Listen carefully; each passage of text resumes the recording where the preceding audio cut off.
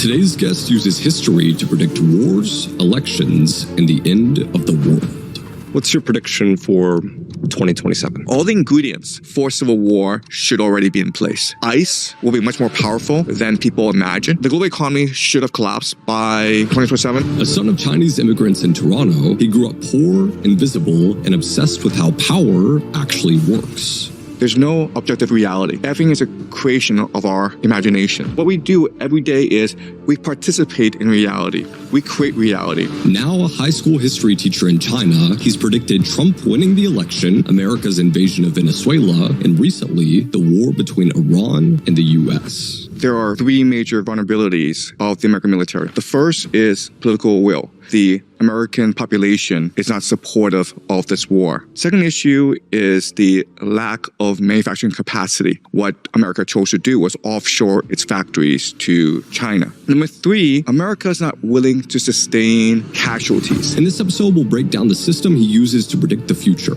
examine why he's certain America will lose the war in Iran, and question if he is a crazy conspiracy theorist or the only person willing to say the truth about what's coming next.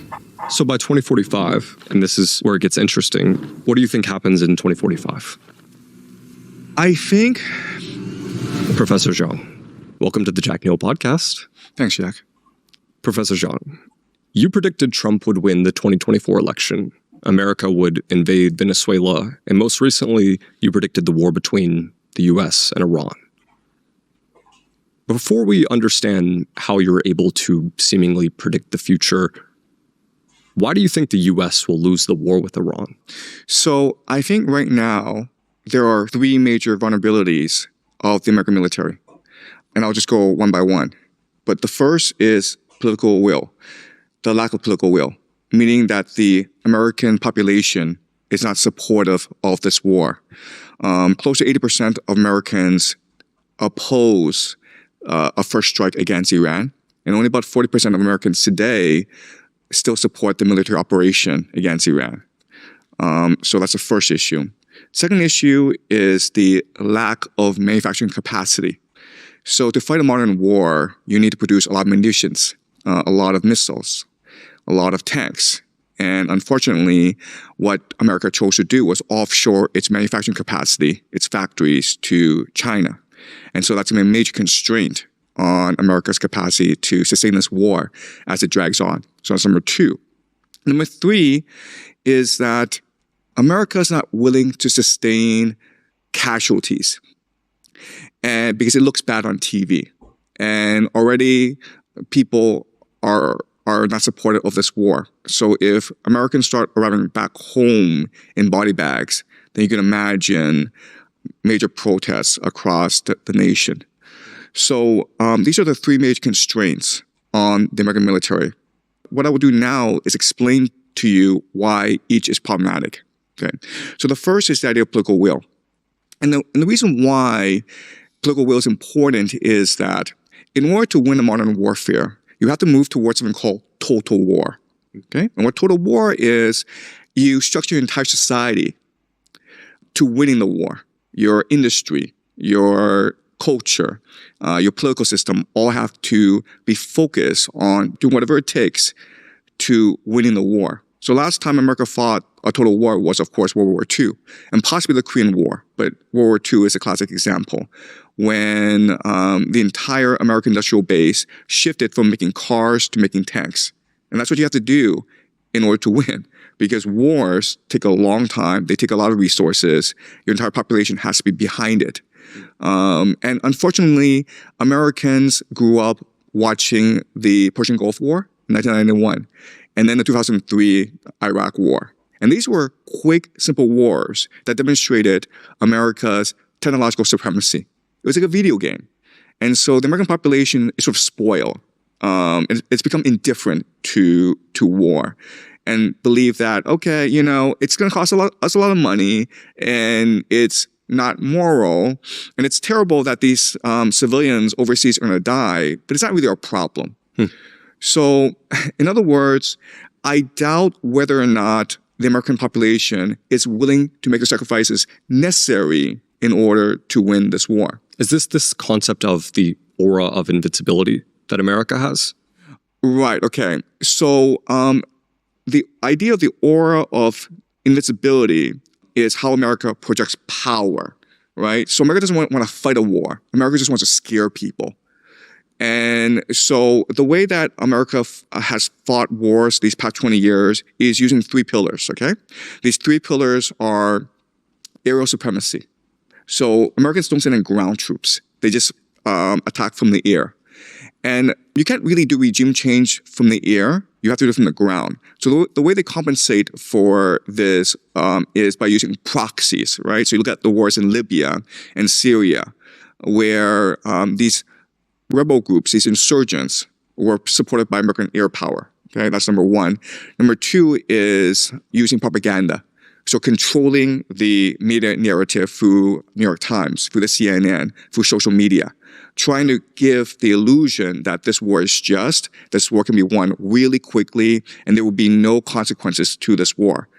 And the third is the US dollar, which is that the Americans have the world reserve currency. Therefore, they can bribe anyone and everyone to do their bidding, right? So you look at the wars in Syria and Libya, where these insurgent groups were funded by CIA operatives with endless, like cash bags, right?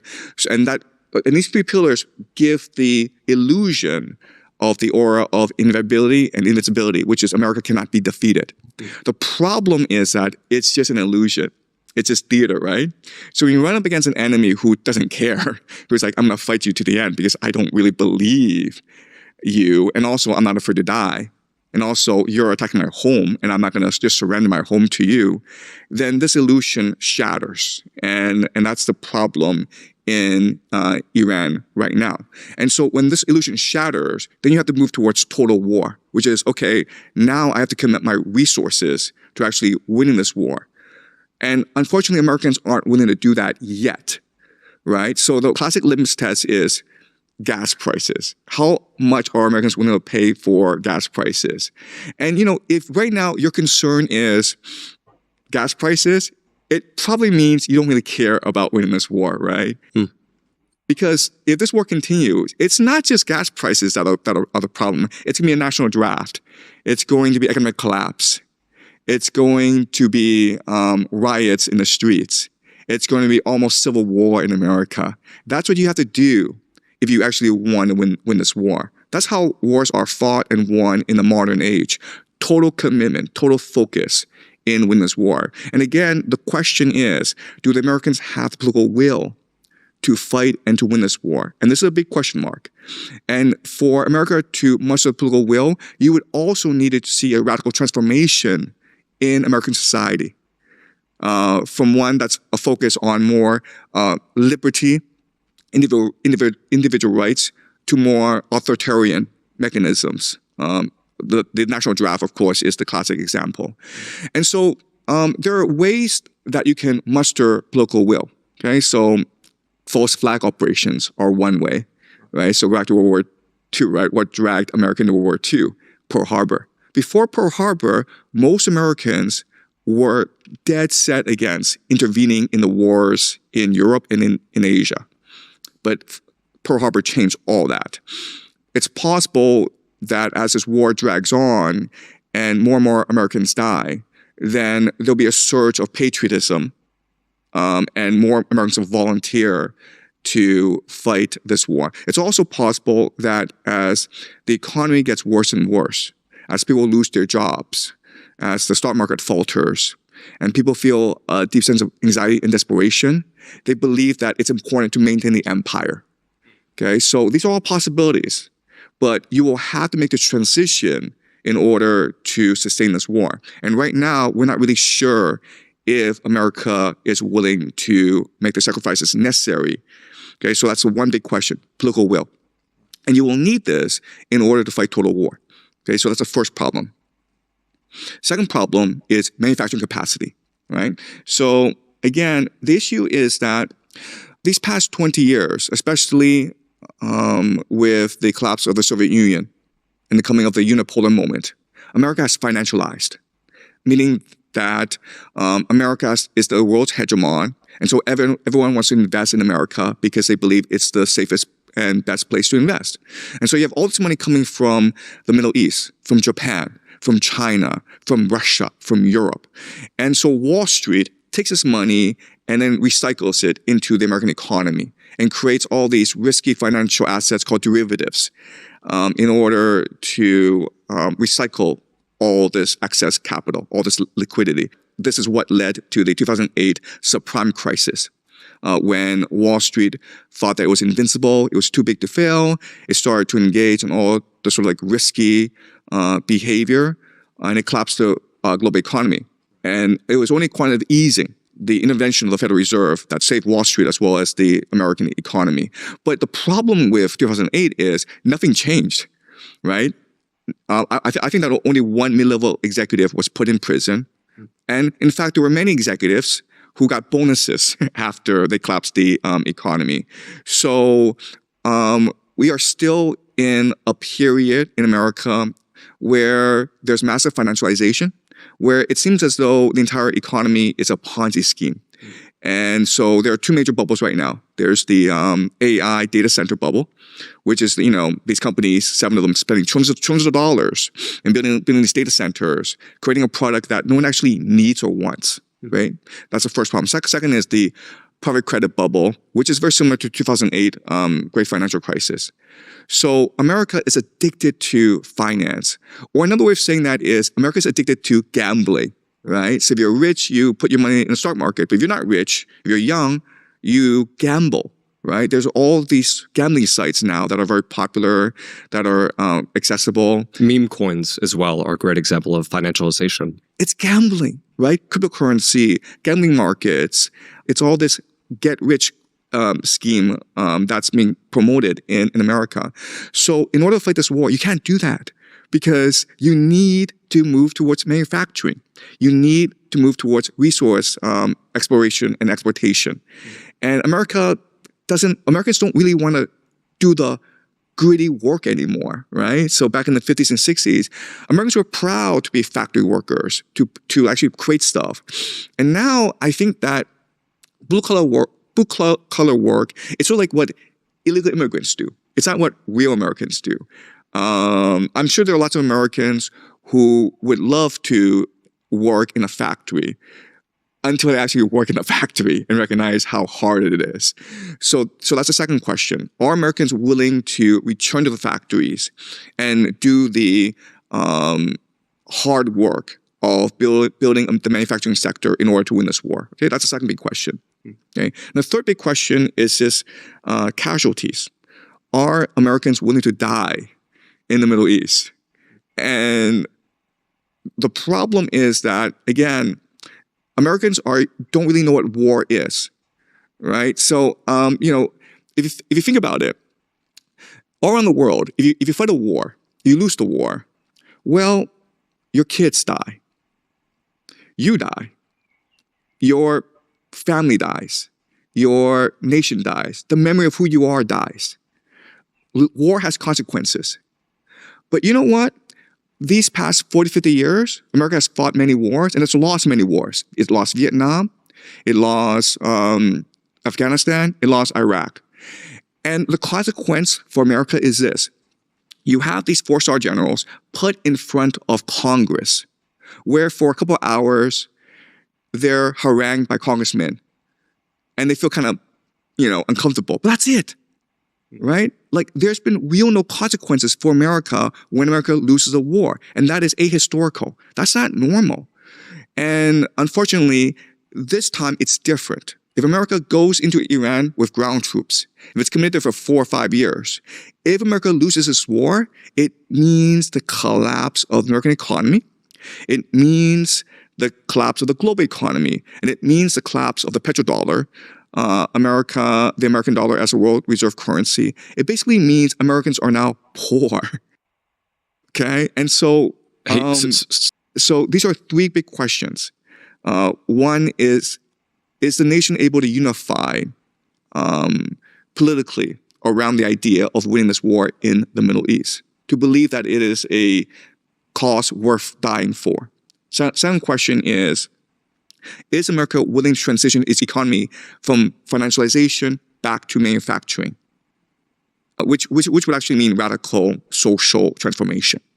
And the third big question is, how much sacrifice are Americans willing to make in this war? Are they willing to die in the Middle East? Okay. And again, these are the three big questions. And given what I've seen, given past behavior, I think it'd be very hard for Americans to make this transition. On the manufacturing, I just want to clarify that, are you saying like military, like firearms, tanks, that type of manufacturing, or you just mean general manufacturing as a whole? Let's put it very simply. Okay. You need drones to win this war. Okay. Why? Because right now you have asymmetry going on, which is to say the economics of war don't make any sense. Right now, America, because of the military-industrial complex, it's put billions of dollars into this expensive air defense network, right? So you've got the FAT system, thermal high altitude air defense. You've got the Patriot systems. And the military-industrial complex, it's not designed to win wars. It's designed to transfer taxpayer money to a transnational elite. Right? It's meant to line the pockets of the national security apparatus, the deep state. And so they build these expensive weapons and they look really fancy and they're really impressive, but they've never been tested in war.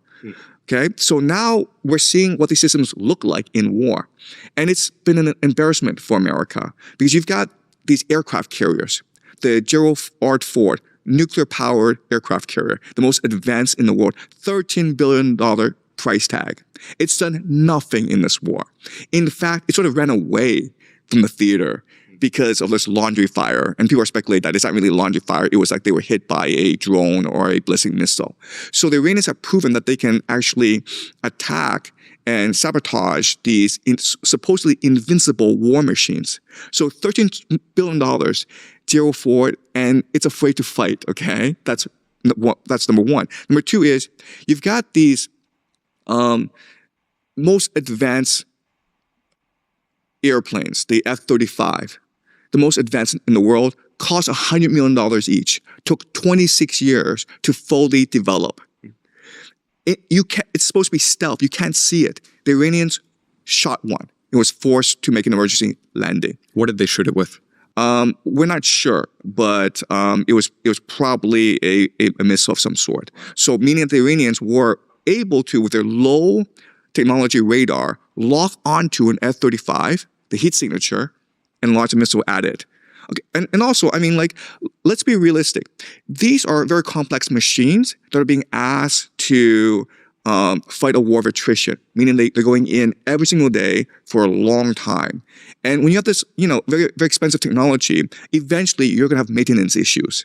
So these machines were not designed to fight a long war. They were meant to do like at most 2-week war. Okay, so it's showing the wear and tear of the American military machine. Okay, so that's the F-35. And then you have the Patriot systems.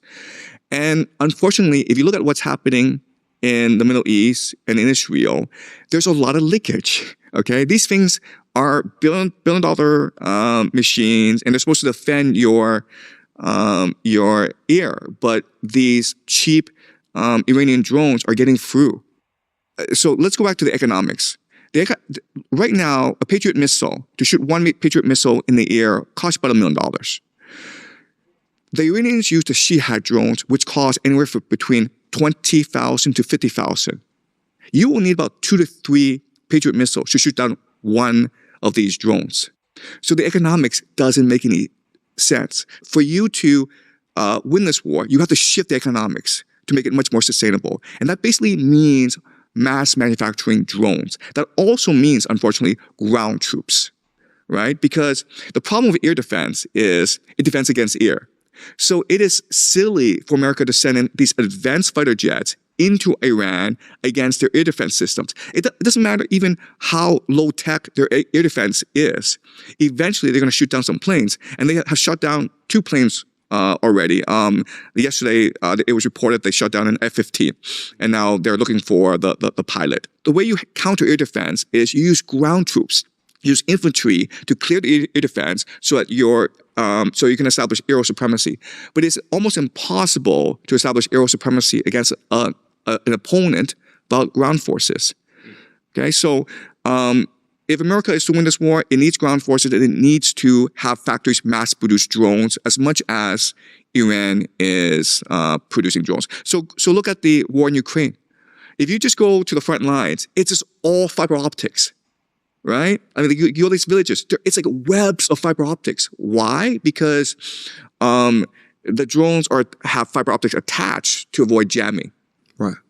So that's what modern warfare looks like. And so you need to mass manufacture drones. Right now, Iran can manufacture about 500 drones a day. America needs to produce about 1,000 to stay competitive.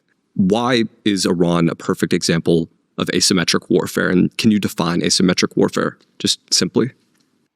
Asymmetrical warfare means that the opponent does not fight you on equal terms. The opponent is fighting you asymmetrically and using fewer resources to accomplish more strategic objectives. Okay, so in the Cold War, it was symmetrical warfare between the Soviet Union and America because they were competing with the same metrics. So, for example, how many nuclear weapons did you have? Did you have access to hydrogen weapons? How many tanks did you have? How many infantry did you have? Okay, so these were the metrics we used to judge the Cold War because America and the Soviet Union were symmetrical opponents. Asymmetry happens when you fight when the opposing sides are not equal in terms of economics, demographics, and geography. So in the Iran situation, the Iranians had at least 20 years to prepare for today. Okay, so you're an Iranian strategist, and you saw what happened in 1991, the Persian Gulf War. You saw what happened in 2003, Operation Iraqi Freedom. And you know how the Americans fight. Americans fight using aerial supremacy. They come in, it's shock and awe, they blow everything up, their ground forces come in and sweep everything up. Okay, so you know it's fast, you know it's deadly, but you also know it's expensive. You can also make the assumption that Americans don't like to fight a war of attrition because then it becomes politically unviable. Okay, so if you're an Iranian strategist, what you recognize is that to beat the Americans, you can't fight on American terms. You can't use advanced weapons. You can't go head to head. You don't want to mass your forces. So what you do is you hide yourself in the Zagros Mountains. You prepare for a long war. I'm talking like 10 years, possibly 20 years, right? You decentralize your forces. The Iranians use something called the Mosaic defense, which is it's almost like a spider's web, where each part, each node is responsible for its own local defense. And if any part breaks down, the surrounding areas come in to fill out their defense. But it's decentralized, meaning that the American strategy of shock and awe, decapitation strikes, don't really work because system is much more resilient, much more fluid than Americans are used to, right? And you try to inflict not military damage because the Americans can withstand that. What you do is you attack economic chokeholds, for example, the Strait of Hormuz, for example, the oil fields of the Middle East, right? So that's the idea of asymmetrical warfare. And the other point I wanted to touch on is you said that it would be hard to rally American sentiment, like a 24-year-old kid like me, to want to enlist and go fight an American war in Iran. If you had to guess what kind of event would happen that would actually rally sentiment of, I don't know, Gen Z, people under 35, people eligible for the draft, what kind of event would that be? My best guess is it's very hard to create an event that rallies Gen Z. Right.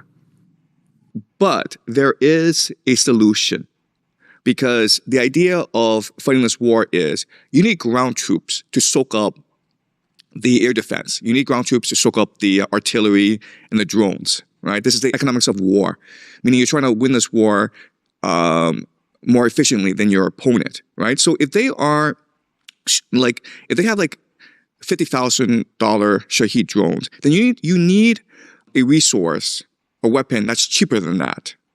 Okay, so it's possible to use drones, but you also need ground forces.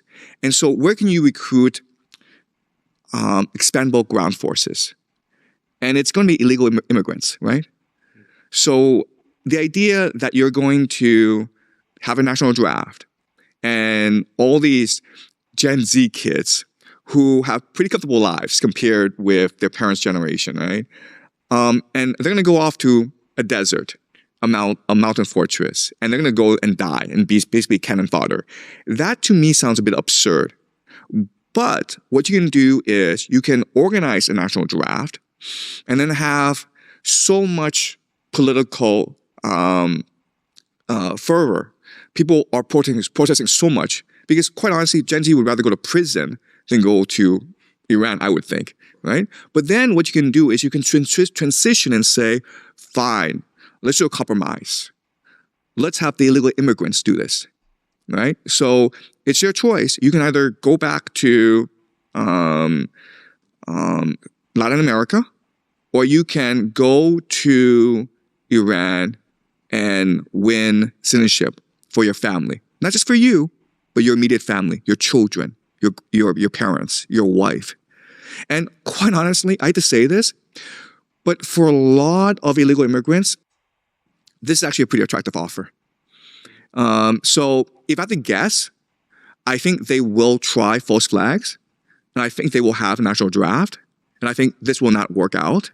And so they'll get desperate, and they'll start to recruit illegal immigrants to fight this war. And what state has the highest number of illegal immigrants? Yeah, I'm not actually sure. Yeah, I was trying to guess where an event might happen. That logic's out, and it seems like sentiment is definitely anti-illegal immigration, at least in the U.S. I will also say that there's going to be another false flag that people don't anticipate, which is an attack on America's financial infrastructure. Okay, so the data centers that undergird the banking system, right? So you have a bank account, right? And it's all stored on a server somewhere. What happens if that server gets blown up? Money's gone. Then your money is gone, right? And so I point this out because America has a huge problem, which is there's too much liquidity in the system. And so if you're trying to run a financial system, you can't have that. Because if there's too much liquidity, no one actually works, right? If you got $1 million sitting in a bank, you're like, okay, I could just sit at home and gamble with it or do OnlyFans, or I could go to work from 9 to 5, put up with an asshole boss, do work that is meaningless, and get paid nothing for it, right? So you have the situation where no one wants to work anymore. So the only solution to that is you just destroy the banking system. You burn out people's cash. So now they're forced to work. You've got these boomers who these boomers might have like $3 million in a bank account, and then much more in stock market, right? And then much more in real estate. And so they can just support their kids and their grandkids. You can't have that, right? If you're going to transition back to a manufacturing economy. Based on what you've said, I think it would be unreasonable to say that Trump's ego is so large that he thinks he would win this war. Do you think Trump is trying to lose the war in Iran on purpose? So that's a really good question. And I think it's a very complicated question. So I want to break it down into parts, okay? So the first part I want to look at is what goes on in Trump's head? What motivates him? And he is a reality TV star. He spent all of his life in the tabloids, right? And being in the tabloids means that you're just constantly curating, manufacturing your image in the public. So in the 80s, his image was that of a billionaire playboy, right? So he's always with like these beautiful models. But the thing that people don't recognize about Donald Trump is he's very, very strategic and he's very manipulative. And he's very deliberate in everything he does. And so I'll give you an example of that, okay? I didn't know this until, I think, 2 years ago. But I just found out that Donald Trump does not drink. He's never drunk. He refuses to touch alcohol. And that's cognitive dissonance, right? Because you imagine, wow, you're a billionaire playboy, and you host like the most lavish parties in New York. You are dating supermodels. And you are hanging out with these celebrities. So you don't drink? So picture this, where, like it's a ballroom. You got 1,000 of the most beautiful, wealthiest people in America, and they're getting drunk, and they're doing drugs in the bathroom. And Donald Trump, he's the host. He's going around, and he's shaking hands, conversing with people, taking pictures, but he's not drinking. What kind of man does that? Why would he do that? So my own interpretation is that Donald Trump, he's deliberate, okay? He's been planning this for a long time. If you go back to the late 80s, early 90s, and like this guy's going to like this Republican National Convention, Democratic National Convention, he's talking to CNN, he's saying like, you know what? I should run for president. And if I ran, I would win. Okay? So people don't really appreciate this about Donald Trump, right? So that's the first point I make. Second point I would make is everyone thinks Donald Trump is in the Epstein files. But my question is this. If he were in the Epstein files, wouldn't Joe Biden and his Attorney General, Merrick Garland, wouldn't they have exposed this during the 4 years they were in office when they had access to all the Epstein files? And people also forget that Donald Trump is hated by the elite. He was hated by Jeffrey Epstein. Why? Because he didn't play by their rules. He wasn't part of the club, right? So you look at all these people who are flying to Epstein Island: Bill Clinton, Bill Gates, Larry Summers, Steven Pinker. Okay, just the most elite in politics, in finance, and in academia. And Donald Trump, maybe he did go, but he wasn't part of that club, right? So Donald Trump was an outsider for most of his life. Like, look, if you go back to the 80s and you were to survey like the most powerful man in New York City, okay? The people who actually ran New York City. Every one of them would say, Donald Trump, this guy's a clown. He's a clown. He's stupid. He's useless. He's bankrupt. It's just his dad's money, okay? He's playing with his dad's money. So Donald Trump has always been an outsider. He's always felt persecuted. So I would just put everything together, okay? This guy has been planning something since the 80s. He's very deliberate. He's very disciplined. He's not part of the elite the way that it's traditionally understood. If he were, he'd be best friends with like the Clintons and the Obamas, and no one would oppose him in 2016 when he became president. People forget that in 2016, when he was president and he had this inauguration, no one went. Because like no one wanted to be associated with this guy, even though he was president of the United States. And the media mocked him every single day. And people forget this, but in 2016, the big thing was Russiagate, where Donald Trump was clearly an agent of Russia. Putin had blackmail on him, and Putin put him in office. And that was the idea of Russiagate.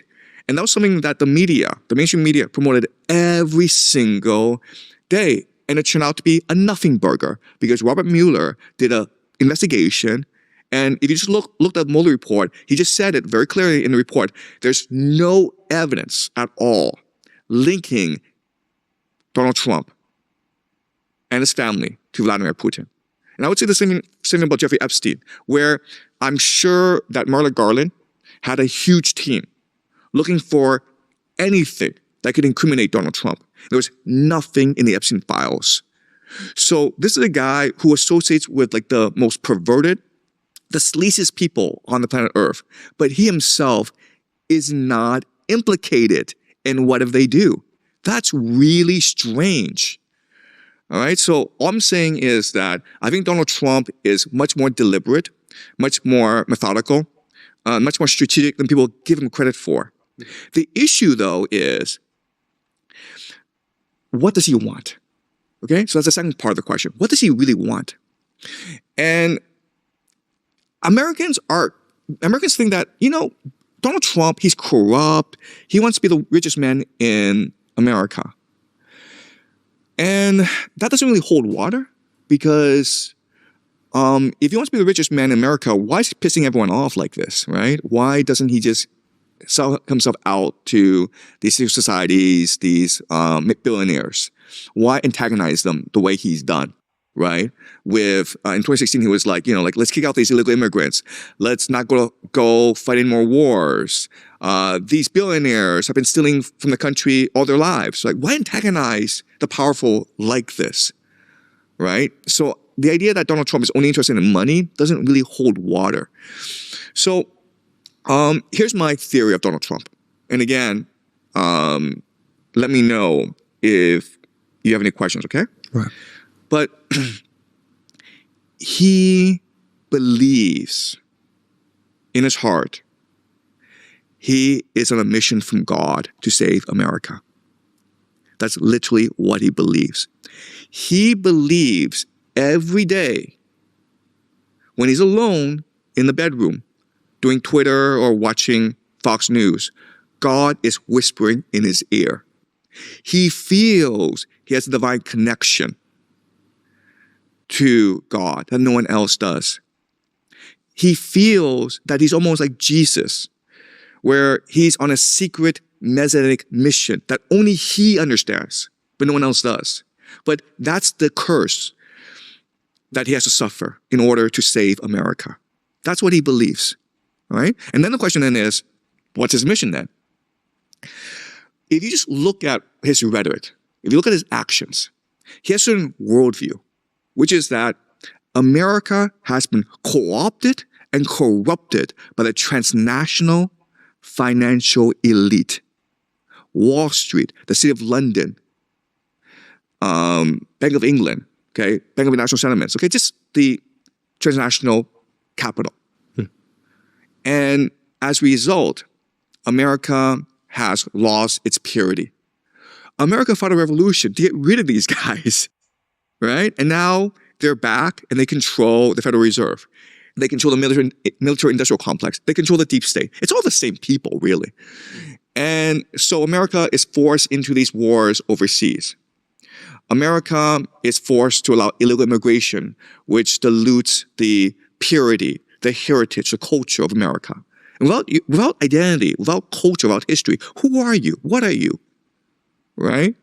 It's these people that promote DEI, that promote world politics, which intentionally brainwashes, indoctrinates young people into believing the most absurd things about themselves and the world, which reduces the capacity of American men to be strong, to be masculine. And so that's what he believes. And so then the question then is, okay, if you believe this, and you believe that only you can save America, how do you do so? Well, in his first term, he surrounded himself with generals. He surrounded himself with people who knew Washington, D.C. well. And he played by the rules. And what happened? They cheated him, right? 2020, he won that election, fair and square. The American people supported everything he did. He worked hard for America, and his entire cabinet betrayed him. The deep state spent $6 billion to rig that election, to steal it from him. And then they staged January 6th, which was a protest gone amok.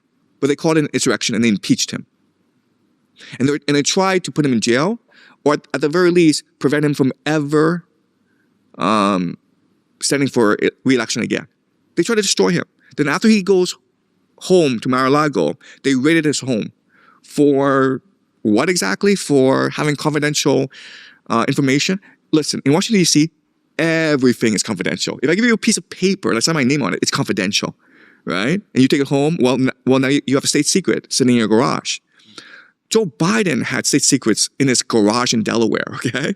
Hillary Clinton had her own private email server. There was no FBI raid on their homes.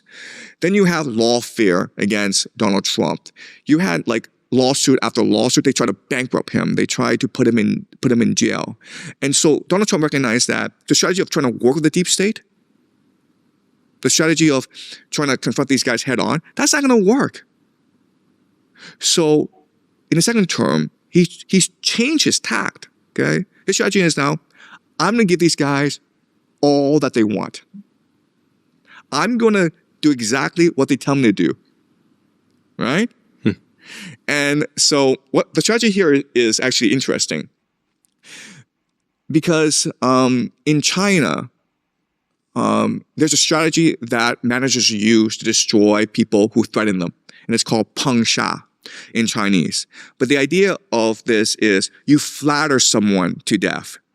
Right? So in the Greek world, the worst thing is the idea of hubris. So the gods, who the gods want to destroy, they first make proud. Right? And what that means is you put your enemies on a pedestal. You give them whatever they want. You shine a spotlight on them. And then, first of all, whatever happens is going to blow up in their face, but also they get all the blame for it. Whereas before, in the first term, it was Donald Trump that got all the blame for everything that happened. Right? So I will give an example. Everyone thinks that Jared Kushner is the puppet master, right? He's the one who is manipulating things behind the scenes. He's the one who's actually controlling Middle East policy in America. And the evidence is he goes to Ukraine and negotiates with Putin on a peace deal. He goes to Gaza to negotiate the peace deal there. He creates the port of peace. And he goes to Iran to negotiate a peace deal. Why is this guy, who's not even a government employee, involved in the most high-stakes political negotiations for America? Him and his buddy Steve Witkoff, right? And so everyone just says, well, Jared Kushner is the one who's controlling Donald Trump. But let me ask you this question. If you were the true puppet master, would you put yourself on stage? Would you have that spotlight shone on you so that if something goes wrong, everyone blames you? Everyone now thinks if this war in Iran goes sideways, it's Jared Kushner's fault. If this war in Ukraine explodes, it's Jared Kushner's fault. If things don't work out in Israel, it's Jared Kushner's fault. It was never Donald Trump, it was Jared Kushner. And so that's what Donald Trump is doing this term.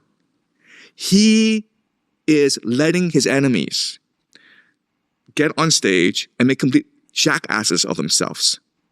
Right? So, but you're like, wait, Jared Kushner is Trump's son-in-law. They're not enemies. Yes, they are. If you know Donald Trump's personality, he values one thing and one thing only, loyalty. Jared Kushner is not loyal to Donald Trump, and we know because after January 6th, when everyone was distancing himself or herself from Donald Trump, Jared Kushner and Ivanka disappeared. Okay? Just go back to that time when Trump's cabinet was quitting on him, when the Republicans were calling for his impeachment. Jared Kushner and Ivanka Trump, who made a lot of money in Trump's first term, they disappeared because they didn't want to lose their friends. They didn't want to be associated with the dumpster fire that was Donald Trump. Do you think that Donald Trump might have a grudge against Jared Kushner? That would make sense to me. I would think so. And do you think Donald Trump is a guy to like just go? Do you think that he's like, well, you know, yeah, he betrayed me, but at the same time, he's still my son-in-law. And, you know, he's the father of my grandchildren. And he's a husband to my favorite daughter, Ivanka. No, he's like, screw this guy. First of all, he stole my daughter from me. Second of all, he made her convert to Judaism. What is that crap? And third of all, when I needed him the most, he ran away. Yes. So Jared Kushner comes back from exile, and now he is the most high-profile member of Trump's team in the Middle East. Do you think that's a good thing for him or a bad thing for him? I think he thinks it's a good thing for him. He does. Right. But that's why Trump is so good, because he gives you what you want, right? If you love someone, you want to protect that person. You want to do what's right for that person. You don't give that person whatever he or she wants. I have this child, my boy, he's like 4. Every day he's saying to me, I want candy. If you don't give me candy, I hate you. You don't love me. And I'm like, okay, I don't love you then. Right. I will say, just to close a loop that people might be thinking about is, I don't think the average individual is thinking that Jared Kushner is making all the decisions, but I think that the most important people in DC and the most important people in the media assume that to be true. Mm-hmm. So the second order effects, if something does go bad in Iran, would be that the media will put the blame on Kushner, and people, the average American, will start to put the pieces together there. I don't think they'll just be like, oh, it was Trump's fault, because the media will feed them that it was Jared Kushner. Is that right? Right. So that's part of it, okay? But the thing about Donald Trump is he is a reality TV star. So he's thinking in terms of like plot lines and narrative, okay? So what's happening is that Donald Trump has betrayed MAGA, because the first thing that he's promised MAGA is no more wars, right? So he started this war unprovoked against Iran. And this is seen as a betrayal. And that's why so many influential MAGA people, such as Tucker Carlson, have come out and opposed this war. Because it's a betrayal of all that MAGA stands for, which is America first. So he's doing this, again, to put his enemies on a pedestal, to give them what they want, to collapse the military-industrial complex in the financial sector, who are his enemies, really, from the first term, right? But he also has to think ahead and say, how do I redeem myself in the eyes of MAGA? How do I get out of this dumpster fire, right? What's my off-ramp? And so at some point, when it's clear that this war is just a complete dumpster fire and he needs to bail, okay? He's going to bail because he's not invested in this war. He's got no ego in this thing, right? His job is to get a third term so that he can save America. And whether or not America wins this war, loses this war, he doesn't really care. It's not a factor in his calculations. But he needs to figure out how to create an off-ramp. Okay? So ask yourself this question. Why is Tulsi Gabbard in his cabinet? Why is she director of national intelligence? Where did she come from? She's a Democrat. And why would she be given such a powerful position in Washington, D.C.? And the reason why is everyone associates her with anti-war. Everyone associates her with anti-military industrial complex, right? So, in other words, Donald Trump came into a second term creating 2 camps. You have the anti-war camp, J.D. Vance and Tulsi Gabbard.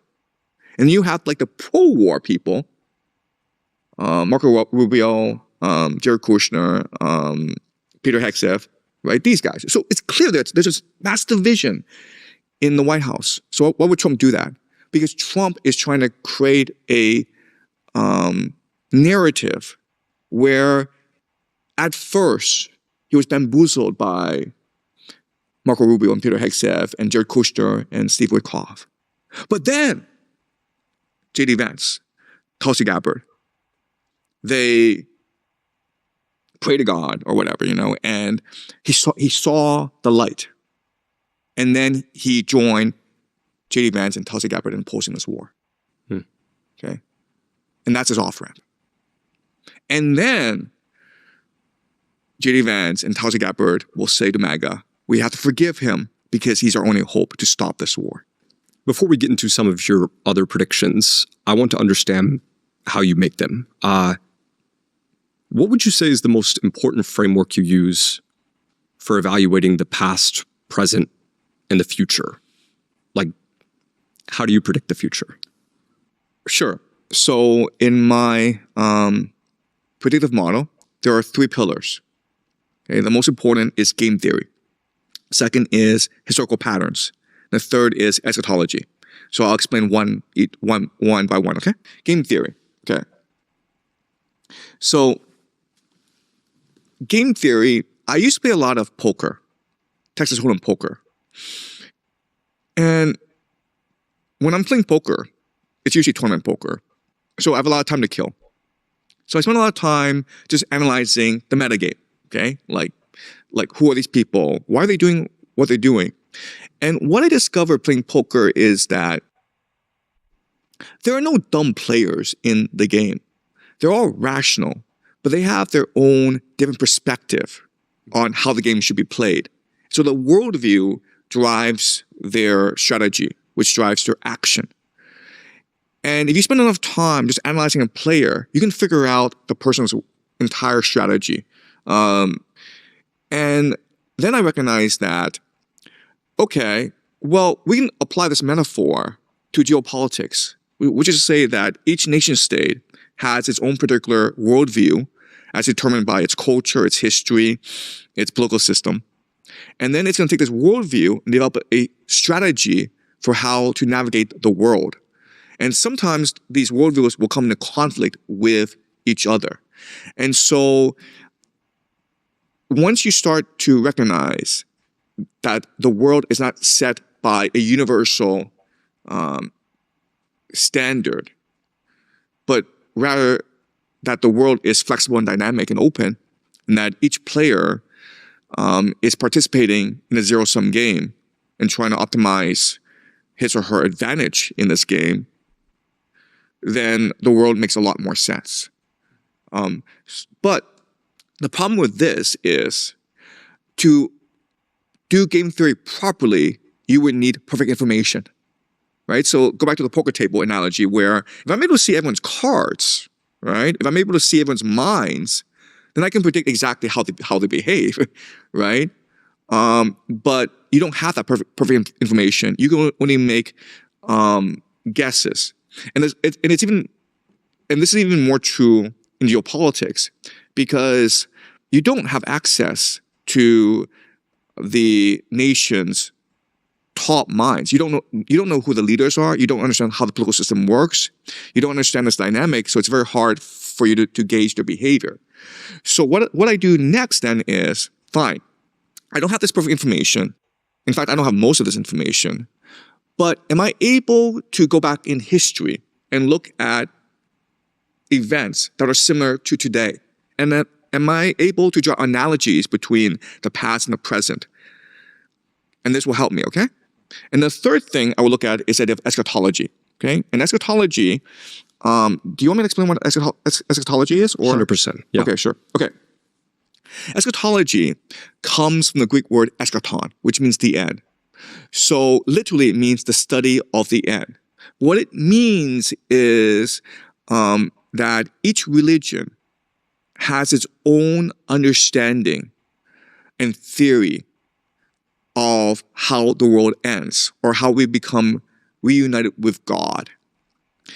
And eschatology is often connected with the most extreme religious elements. And the reason why is that eschatology is very compelling. It's like a movie script. And it's as though people want to act it out. Because if you see the ending, right? If you know that Jesus can return, if you act out certain things, if certain things were to line up together, if they were to align, then Jesus would return, then that makes you much more determined and motivated to actually fulfill this prophecy, right? So the prophecy becomes a plan. And and why eschatology is important is that people who do believe in this eschatology are much more motivated than others, much more energetic, much more cohesive than others, which means that they have more power than other people. And so they are the players to watch out for in this game. And so if you look at what's happening in the Middle East, you can make the argument that a lot of it is driven by eschatology in that you have these Christian Zionists, you have these religious Jews who believe that by manipulating certain events in the Middle East, by provoking a war there basically, you will usher in the end times. For Christian Zionists, it means the rapture and the return of Jesus. For religious Jews, it means the coming of the Messiah and the building of the third temple and the coming of the Messianic age. Okay? But also, what people don't appreciate is that not only is eschatology a prophecy and a plan, but it's also a hidden history. And the reason why is that we don't have much written history. Maybe since the Greeks, okay? But the Greeks go back, 3,000 years. So it's not that much. We've been around for at least 10,000 years. You go back to Göbekli Tepe and the Ice Age cave paintings. Okay, so we go back a long time, but we don't have that history. In fact, we don't have most of our history. So what religion does is that religion takes the broad history and allegorizes it into narratives, into stories, into religious beliefs that capture the essence of this history. So if we believe that history repeats itself, or there's a certain pattern to history, then what religion is it deciphers for you or reveals to you these patterns of history. So think of astrology, right? Astrology is trying to reveal to you the patterns of the stars, the movement of the stars, which then determines how events unfold in the real world, right? Well, eschatology is very similar to astrology in this way, in that eschatology is not just a plan, it's not just a prophecy, but it's also a hidden framework of how events will turn out, right? And if you look at eschatology, it's mainly about the decline of empire, the decline of civilization. And this has happened a lot in human history. And if you look at what's happening today from a historical perspective, it is the decline of empire, the decline of civilization. It's almost like the Bronze Age collapse. And so eschatology provides you with a pretty good framework of how this thing will unfold. I think the eschatology portion is where a lot of people tune out of your work. They think conspiracy theorist, this guy, like, this doesn't make any sense that people would act in a certain way based on the end times. Can you give me like a really simple example of how if you and I shared an eschatology, it would lead to our decisions in life being different? Like, can you give an example of it? Sure. Okay. So let's look at the most dominant eschatologies, okay? So first start with the Jewish eschatology. And the Jews believe that they are the chosen people and they are God's, the Yahweh's favorite people. And the highlight or the apex of their civilization was King David's kingdom, the Davidic kingdom, and King Solomon. Okay, and this was when King Solomon built Solomon's temple, which was a house of God. And this was where Yahweh lived to be with his people. But unfortunately, the Jewish people were not loyal. They were unfaithful. So they started to marry foreign women, which brought in foreign gods. And then Yahweh became annoyed, angry at the infidelity of the Jews. So he left. And this allowed invaders, such as the Babylonians and Assyrians, to conquer Jerusalem. And eventually this led to the Jewish diaspora, the scattering of the Jews. But even in the diaspora, they longed to return to Jerusalem, to be reunited with their God. And in the Jewish tradition, what the rabbis tell the Jewish people is, when God is ready, when the Jewish people are ready for this reunion, the Messiah will come. The Messiah will lead the Jewish people back to the Promised Land. He will build the nation of Israel, and he will summon the diaspora to return to Israel, and he will build the third temple so that God will come. Eventually, he will face his enemies in the war of Gog and Magog, but he will triumph, and this will usher in the Messianic age. So, as Jewish people, our main responsibility is to reflect deeply on who we are, engage in spiritual alchemy, and once we engage in a long process of redemption, and once our hearts open up to God, then God will send us Messiah. So be a good person and wait and be patient, okay? So that's the standard mainstream Jewish understanding. But then you have these extremists who believe that is not God's intention. God's intention is for the Jews to prove that they love God and they desire reunion with God. And so it must be the Jews to act out first before God sends his Messiah. And that means you must first resurrect, reconstitute the nation of Israel. You must build the third temple. You must fight the war of Gog and Magog. And when the Jews have done all they can, but the entire world seems to have united against Jews, because that's what the world does, actually, unite against Jews. And when God sees that his people are in most desperate need, but he sees that his people have redeemed themselves, have repented, and yearn for reunion with God, then God will intervene and set the world right. And that is when the Messianic age will occur. But you must first make the sacrifice necessary in order to welcome the Messiah and the coming of Yahweh. Okay? So you can see how in the first iteration, yeah, it's interesting. But in the second iteration, there's sort of a passion, an energy, an excitement to it, where it's just like, wow, there's this grand historical script being played out. It's all part of God's divine plan. And I can play my part in achieving this divine plan. So why shouldn't I? If I'm truly faithful, if I truly believe in God, if I want to prove myself worthy, shouldn't I do my part to achieve this plan? Okay? So does the Jewish eschatology make sense to you?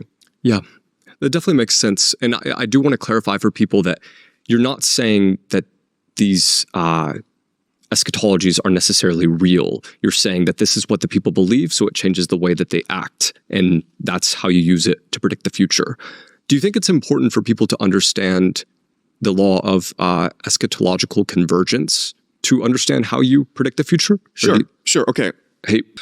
So there's the different eschatologies, okay? So I just mentioned the Jewish eschatology, but there are others. There's the Orthodox eschatology. There's the Catholic one. There's the Protestant one, the Christian Zionist one. There's the Mormon one, okay? There's a Freemason one. So there are all these different eschatologies out there. And what's really interesting is at certain points, they converge together, meaning they align at certain points, meaning that these are different religious traditions. Again, we're talking only about a minority, these extremists, right? Maybe 1% of the entire cohort, okay? But these are the most energetic. They're the most unified. They're the most determined, right? And if they're working together to achieve a certain script, and if the script is similar at certain points, then you can be certain or confident that these things will turn out. Because at the end of the day, we're the players in this grand historical narrative. So what we do is what determines the history.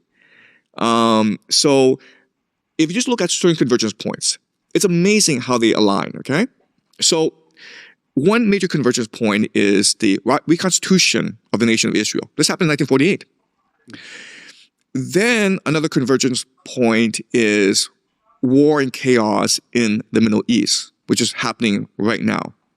Another convergence point is the building of the third temple. And this is problematic because right now, the Al-Aqsa Mosque, which is the third holiest site in the Muslim world, it actually sits on where the third temple should be. And so you need to destroy the third holiest site in the Islamic world in order to build your third temple. Is that in Jerusalem? It is. It's all in Jerusalem, yes. And so if the Al-Aqsa Mosque would be destroyed, this would trigger a religious war. But again, if these eschatologies are really powerful and true, they all agree there will be a religious war in the Middle East, which will lead eventually to the war of Gog and Magog, which is also what they agree on. They also agree, and this is really interesting, is that America will not be part of this narrative, right? America does not participate in the Middle East. So, in other words, what they all believe is that America will lose this war against Iran and retreat back to North America and be engulfed with civil war. That's what they all believe. They also believe that China will not participate in the Middle East affairs, and China will probably retreat also into its own borders and turtle up. Yeah, so you have this convergence, and that's how I'm able to make these predictions because, well, if they want to behave in this way and they're powerful people, well, they'll probably succeed. You made a series of predictions, and I have some dates here. What's your prediction for 2027? Sure. Okay, so let's look at some major events that are happening right now. Okay, so you've got this war in Iran that seems to be escalating day by day. You have the midterms coming up in November, and people expect the Democrats to sweep the House, in which case they will probably impeach Donald Trump. And you also have basically global economic collapse because the Iranians have closed the Strait of Hormuz. And so fertilizer and oil, LNG, are not able to be transported around the world. So the Middle East provides about 20% of the world's oil supply. And it's also high quality that the rest of the world can't actually replicate. So these are all very pressing issues right now, right? So my prediction for how things will unfold is that, number one, I think this war between the United States and Iran will only escalate. There can be no off-ramp because, first of all, Donald Trump sees this war in Iran as crucial in achieving his Messianic mission, which we talked about earlier. The military-industrial complex, Pentagon, the military, once they get into a war, they don't back out. It's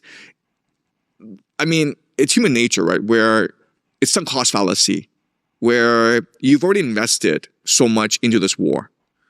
And you're not going to say, you know what, I've lost enough, I'm going to go home, right? It's like going to a casino and you've lost $1 million. You're not going to go home after losing $1 million. You're like, no. My luck will turn around, right? And also, like, if I go home, my wife is going to shout at me for the rest of my life. So screw that. I'm going to stay here. Right? So some cost fallacy, mission creep. The Pentagon will not abandon this war. It will only escalate. You've got tens of thousands of troops being transported to the Middle East anyway. Right? So all the ingredients are in place for major escalation. Okay? So you'll see a ground invasion of Iran, in which case it's going to be a quagmire. America's going to be stuck there for 4 years, I think, is optimistic. 4 years is optimistic, possibly 10, 20 years. Okay, so that's one prediction. Another prediction is that the midterms will not go the way people expect them to go. I'm not saying they'll be canceled, but what I'm saying is that right now, Donald Trump and the Republicans are trying to pass something called the Save America Act. Right. Which is to say that they want voter ID. Now, the Democrats are saying that voter ID is akin to voter suppression. And the reason why is if you have voter ID laws, then you need ICE officers in the polling stations. And we know what ICE is like, right? So we can imagine that there'll be intimidation. There'll be some fraud going on in November. There may also be a cancellation of certain elections. I don't know how the midterms will turn out, but what I will say is that it's almost insignificant how the midterms turn out. Because it's possible the Republicans stay, they maintain the House and the Senate, in which case Donald Trump continues his war. It's also possible the Democrats put up people called the Blue Dogs, who are national security apparatus people who are Democratic. Okay, so these are people who are CIA, who are Pentagon, and they would support this war. So they come into office and they would impeach Donald Trump if he did not continue this war. Okay, but it's also possible the Democrats sweep and they impeach Donald Trump, and this won't change anything because he still has the power to fight this war to the bitter end. And if he gets impeached, you can imagine that he'd be even more determined to fight this war. So I don't know what the midterms will turn out, but I will say that it will not be the way people expect it to work out. I think there'll be a lot of surprises. And I will also say it won't change the trajectory of this war. I think the trajectory of this war is already set. Okay. I will also say that by 2027, you should have the framework for national draft already in place. It is possible they've already passed legislation to create the national draft, or it's possible that certain people have already been drafted.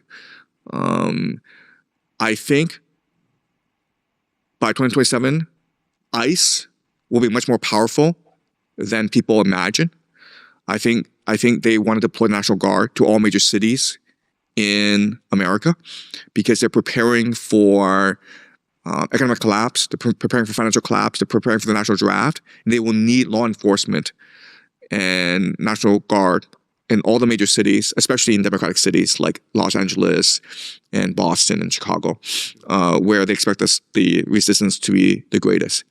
By 2027, all the ingredients for civil war should already be in place. I don't mean actually, two militaries fighting each other, but I'm saying like nationwide discontent and riots and protests and insurgencies. Okay, so this is going to be low-level conflict, but it's going to be what the Civil War will look like for the next few years. The global economy should have collapsed by 2027. So JP Morgan has reports saying that the world will run out of oil by the end of this month. And that's because of the closing of the Strait of Hormuz. That's right, because of the closing of the Strait of Hormuz. But the problem of the world is that people are used to efficiency, which is to say getting resources as cheaply and as quickly as possible. And the entire world is structured around efficiency. And the problem, though, is that efficiency and resilience are at odds with each other. So the example is just-in-time inventory, right? So companies don't have inventory because they don't want to bear the cost of inventory. So they just use just-in-time supply chains, meaning like you will only keep this thing in place for a couple of days before you ship it to another place. But what happens if there's a chokehold, right, or on the supply network, like the Strait of Hormuz? Well, then your entire system implodes because there's not enough inventory to go around. People aren't stocked up on necessities, right? So this crisis that we're seeing in the global economy will only get worse. And it's going to extend to every aspect of life where you think, okay, well, I don't drive a car or I don't fly a plane for next year. Like, no. That's not how these things work, man. Cheap energy is the foundation of the entire modern global economy. So it's not just travel. It's also food, man. It's possible they have to start rationing food. So a few days ago, Prime Minister Albanese of Australia and Prime Minister Keir Starmer of the UK start to address their nations. And basically their point is, and it's very subtle language, but their point is, buckle up, guys, okay? Because right now it's going to be food shortages, but imagine if there are food rationing going on, right? So this is a world that's unimaginable for most people, but it's a world of limited resources. It's a world of resource conflict, and it's a world in transition of collapse. So buckle up. Would you predict that by the end of 2027 will be the destruction of Al-Aqsa? Yeah, okay. So let's go into what we know about Al-Aqsa so far. Okay, so there was a Jewish rabbi who's very well known in Israel, but last June, during the 12-day war between Israel, the United States, and Iran, he said basically, wow, this war would be the perfect opportunity to stage a false flag operation where the Iranian missile is flying over Al-Aqsa Mosque, we demolish it, and we blame it on the Iranians. Then the Persians and the Arabs would go to war against each other, and we could laugh our heads off. What a great way to resolve the conflict in the Middle East. Okay, so that's one piece of evidence. Another piece of evidence is the idea of the red heifer. And so the Jews, the Messianic Jews, want to rebuild Solomon's temple, build a third temple. But to do so, you need to consecrate the ground. So you need to make a red heifer sacrifice. But according to the Bible, the red heifer has to be perfect.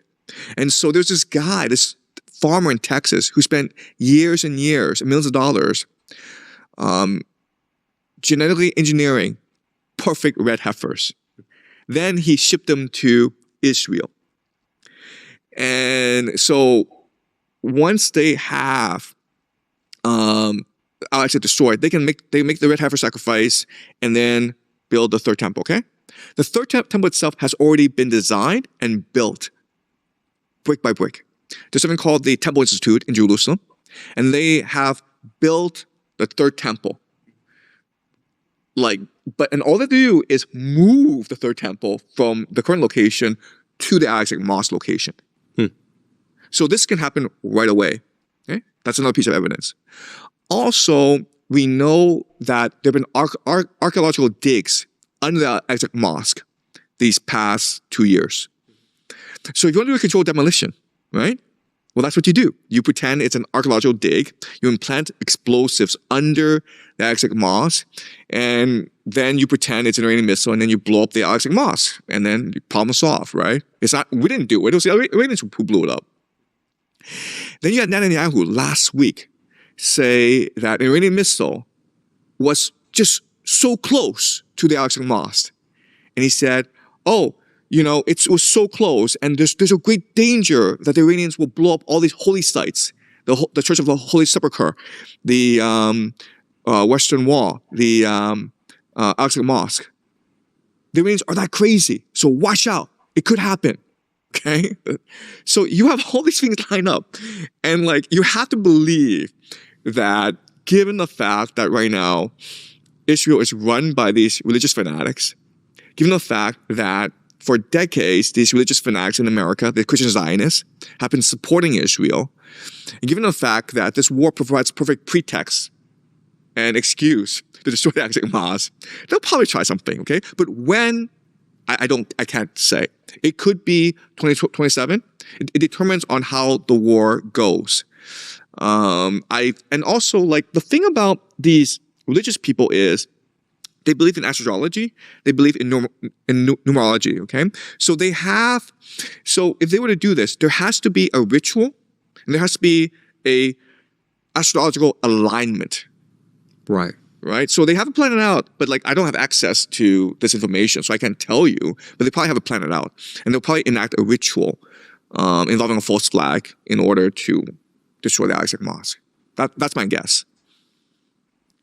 That part really fascinates me. And I think we'll touch into that later in the interview. But what would that trigger, theoretically, the destruction of Al-Aqsa Mosque? Right, so I think they've already telegraphed the plan, which is they'll pretend it's an Iranian missile. Yeah. And then they'll do a controlled demolition of the mosque, and they'll blame it on the Iranians. And at this point, the war will be so confusing because Americans have sent in ground troops. And the war is raging on multiple fronts, where the Iranians are also destroying the oil refineries, the desalination plants of the Middle East. The whole world, especially Africa, is in terrible economic is in a terrible economic situation. There might be a food shortage in Africa. There could be a famine in Africa, and so the entire world is sort of distracted, right? So then the Al-Aqsa Mosque is blown up, and people are what? What was that? What is the Al-Aqsa Mosque, right? Because people don't have enough food to eat. There's rioting in the streets. The grocery stores are empty. Right? People aren't going to be okay, well, I don't have a job and my bank account has gone to zero and there's no food and everyone's fighting each other. Who cares about the Al-Aqsa Mosque? Right. Because it was an accidental destruction in theory. Do you think we're heading toward nuclear warfare? I am convinced nuclear weapons will not be used in this war.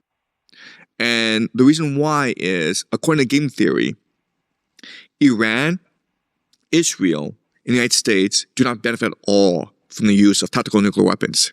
Okay, so let's go with Iran, okay? Iran could, in 3 weeks, build 10 nuclear devices because they have the uranium, and the technology to build a nuclear weapon is actually open source. You can actually go online and build and find this information, okay? It's not that hard. If Pakistan can build a nuclear weapon, so can Iran, okay? So, but Iran's not going to do that. And the reason why is that for them, it's very important to maintain the moral high ground. And also, the only way they can lose this war is if nukes start flying, right? So you have 10 nukes, okay, you might destroy Israel, but then America has thousands of nuclear weapons to destroy you, right? So that's not strategic. And the Iranians have demonstrated that they are very strategic and very thoughtful in their actions. They've shown a lot of restraint in this war so far. Okay, so Iran's not that interested in using nuclear weapons. They probably don't even want a nuclear weapon, okay? Israel is getting all at once, right? Because Israel's trying to achieve the Greater Israel Project. It's trying to control the Middle East. So it needs America and Iran to destroy each other. Right now, they're starting to target Iran's critical civilian infrastructure, including desalination plants, including power plants. In fact, Donald Trump has threatened to blow up every single power plant in Iran if he's losing this war. Recently, I think yesterday really, the Americans blew up a civilian bridge. Okay, so as this war escalates, the Americans are going to blow up every single piece of critical civilian infrastructure in Iran, including bridges, power plants, reservoirs, desalination plants. So that's going to take a few years for Iran to recover. So Iran's not going to be a threat to Israel in the long term. Okay, America will send in ground troops into Iran at some point to win this war, and it'll be a quagmire for the Americans. They might send 100,000, they might send 500,000, who knows? But regardless of how many they send in, they're still going to lose the war because Iran is much too big, and the Iranians are much too determined, right? So it'll be like another Vietnam, in which case the Americans are forced out of the Middle East. And CENTCOM, the entire American military infrastructure then goes to Israel, right? Israel now becomes the dominant power in the Middle East. So from Israel's perspective, you don't even want to win this war. You don't even want to participate in this war. You just want America and Iran to duke it out for as long as possible, right? So why use nuclear weapons? Okay. The United States is, if you're Donald Trump, you're trying to rebuild America, and you don't really care actually what happens in the Middle East. You win this war, great. You lose this war, I can deal with that. You care more about what happens in America. You care about using the national giraffe. You care about ICE. You care about election tampering in order to consolidate your power in America. That's the thing about war. War drives political transformation. And so Peter Hegseth yesterday fired 3 top military generals. You can do that in a war because they're not obeying you. They're not following their orders, right? So war is a great mechanism of political transformation. And that's what Donald Trump is focused on, right? So you want to drag this war out as long as possible because that gives you more power, right? So there was a press conference between Vladimir Zelensky and Donald Trump. And basically, a reporter asked Zelensky, hey, when are you going to retire, man? You've been president for how long? And Zelensky's like, well, we're in a war, so we've suspended the Constitution. And Donald Trump's like, you can actually do that? And Zelensky said to him, oh yeah, you like that, don't you? Right? So he's telegraphing to you his intentions. They're not joking here, right? So the longer this war drags on, the more that America is mired down in the Middle East, the more Donald Trump benefits politically and personally. So why would he use nuclear weapons? Professor Jiang, a lot of what you predict is driven by economics. So before we get into your next major prediction, you said money is alchemy used by the elites to enslave us. Sure. Why do you think consumerism is the perfection of slavery, and why do you see money as alchemy? Okay. All right. So this is a really complicated question, okay? So I want to introduce two philosophers to help us structure our discussion. The first is Immanuel Kant. What Immanuel Kant says is that there's no objective reality. Everything is a creation of our imagination, right? So he differentiates between noumena and phenomena. Noumena are the things in themselves. The phenomena are the things to us.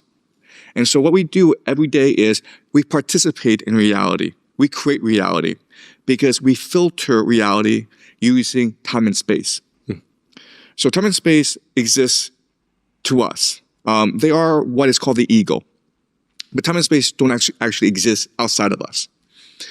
And so that's a really important idea to understand. That reality is a hallucination. It's a collective creation.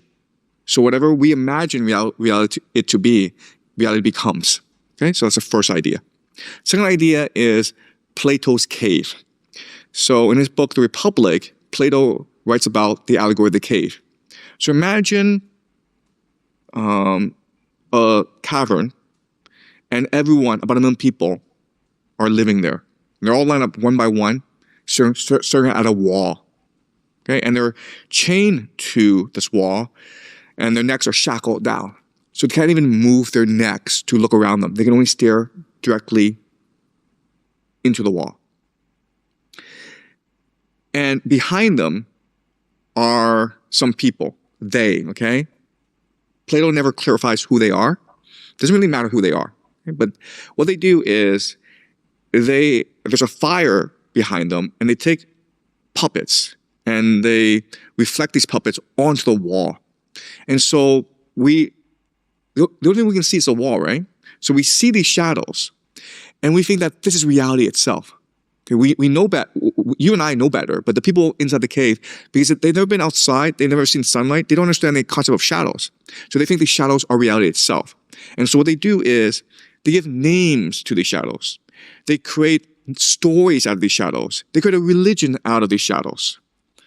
So what the shadows are a way to structure and direct and focus our attention. And in our world, that's what money is. Okay? Money is alchemy. It doesn't exist outside of us. It's only because we believe it has value, it has value. So now the question is, how did we get to this system? How was this system created? Well, believe it or not, but for the longest time, money was not an issue for people. So for example, let's go to the Vikings. If you're a Viking, what you did was you spent most of your time farming or fishing, but now and then you and your mates got together and you go and raided an Irish village or an English village for fun, okay? And you would target monasteries because in monasteries there was a lot of gold. They would print books, and then the book covers would have a lot of gold, especially Bibles. And then they would take this gold and maybe sell it. They might capture some slaves, and then they would sell it to the Ottomans or the Byzantines, whoever, okay? And so they would make a lot of money in these raids. The moment they got back home, they spent all this money on a feast for the community. And that's like literally how people spent their money. They didn't save it because there was no point, right? I mean, you could save your money by digging a hole and putting all the gold in the ground, but why would you do that? That was pointless. What you cared about was your reputation among your peers. What you cared about was a community. What you cared about was leaving a legacy, a memory. And then so the memory was not money. The memory was the stories. And that's why they went and raided these Irish villages and these British villages. Not because they wanted the gold. The gold was useful, but what was more useful to them was the stories that they could tell their friends about how they went over and killed a lot of people and did all these amazing things. That's what their social currency was, right?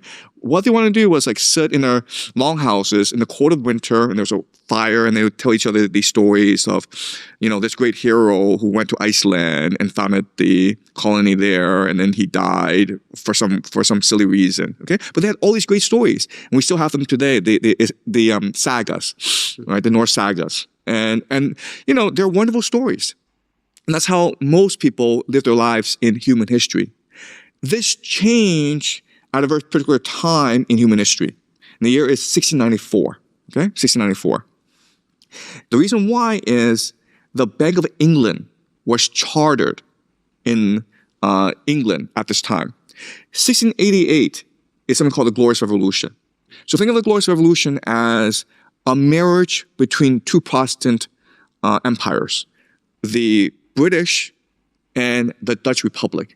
And at this time in history, the Dutch Republic were the wealthiest people in the world because they controlled the spice trade in the Far East. So their ships went to the Far East, collected spice, and then sold it throughout Europe. And spice at this time in history was the most valuable commodity in the world because it made your food taste better, right?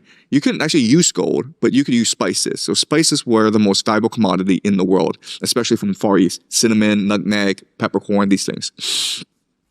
The problem with the Dutch Republic is that it was inland. And so the Habsburg Empire, the Catholic Church, the Spanish would come and conquer you, right? So there's real anxiety where they were generating so much wealth, but they had to protect this wealth. So they decided like the best place to put your wealth was an island somewhere that no one can invade. And that was, of course, England. So you had this marriage between England and the Dutch Republic. And now the question then is, okay, you have all this wealth generated by the Dutch, but how do you use it? How do you store it? How do you make more wealth creation? Okay, and I missed a very important point. Before, no one cared about wealth creation. There was no point. But suddenly the Dutch cared about wealth creation. And the reason why is they were Calvinists. Okay, so before the Protestant Reformation, everyone was a Catholic in Europe. And they believed that if I do good works, if I obey the church, I would go to heaven. So it's called just justification by works. If I just obey the Catholic Church, I could go to heaven. But over time, the Catholic Church started to abuse this privilege. It became very corrupt. It started to sell privileges to people. If you were like a terrible aristocrat, you committed all sorts of sins, but you had a lot of money, the Catholic Church would be like, oh, that's fine. We'll forgive you. And that's indulgences? Exactly. The word is indulgences. That is correct. And the idea of indulgence is that you don't go to hell, you go to purgatory. And then you go to heaven. Because technically, if you've done all this evil in the world, we should go to hell, okay? But if you paid the Catholic Church enough money, the indulgence, then you could go to purgatory and shorten your stay there. And in order to build these monumental churches like St. Peter's Basilica, the church was selling indulgences left and right to anyone, okay? So it's this massive corruption scam. And so obviously a lot of people would be very angry at this.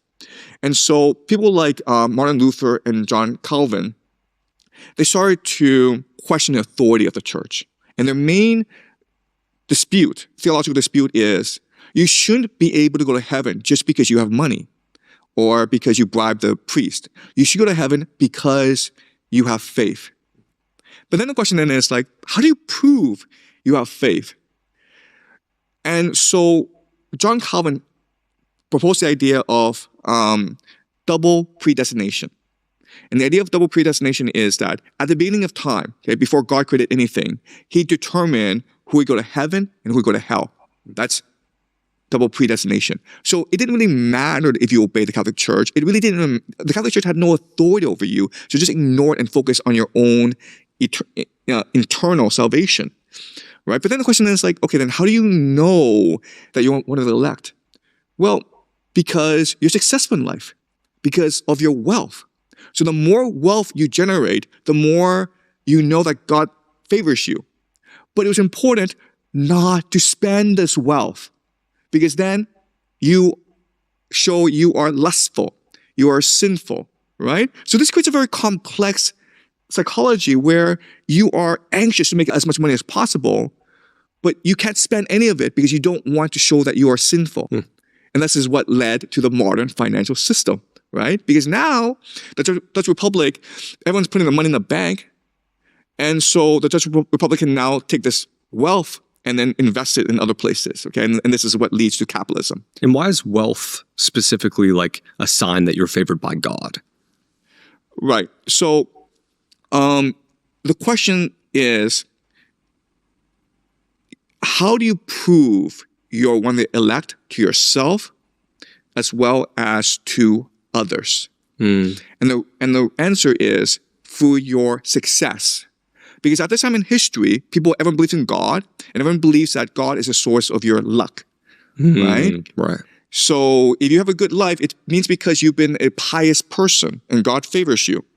If you became a very wealthy person, that also shows you that God favors you, right? So wealth is the clearest indicator that to the community that you're a good person, right? Because before it was about storytelling, like how good of a storyteller were you?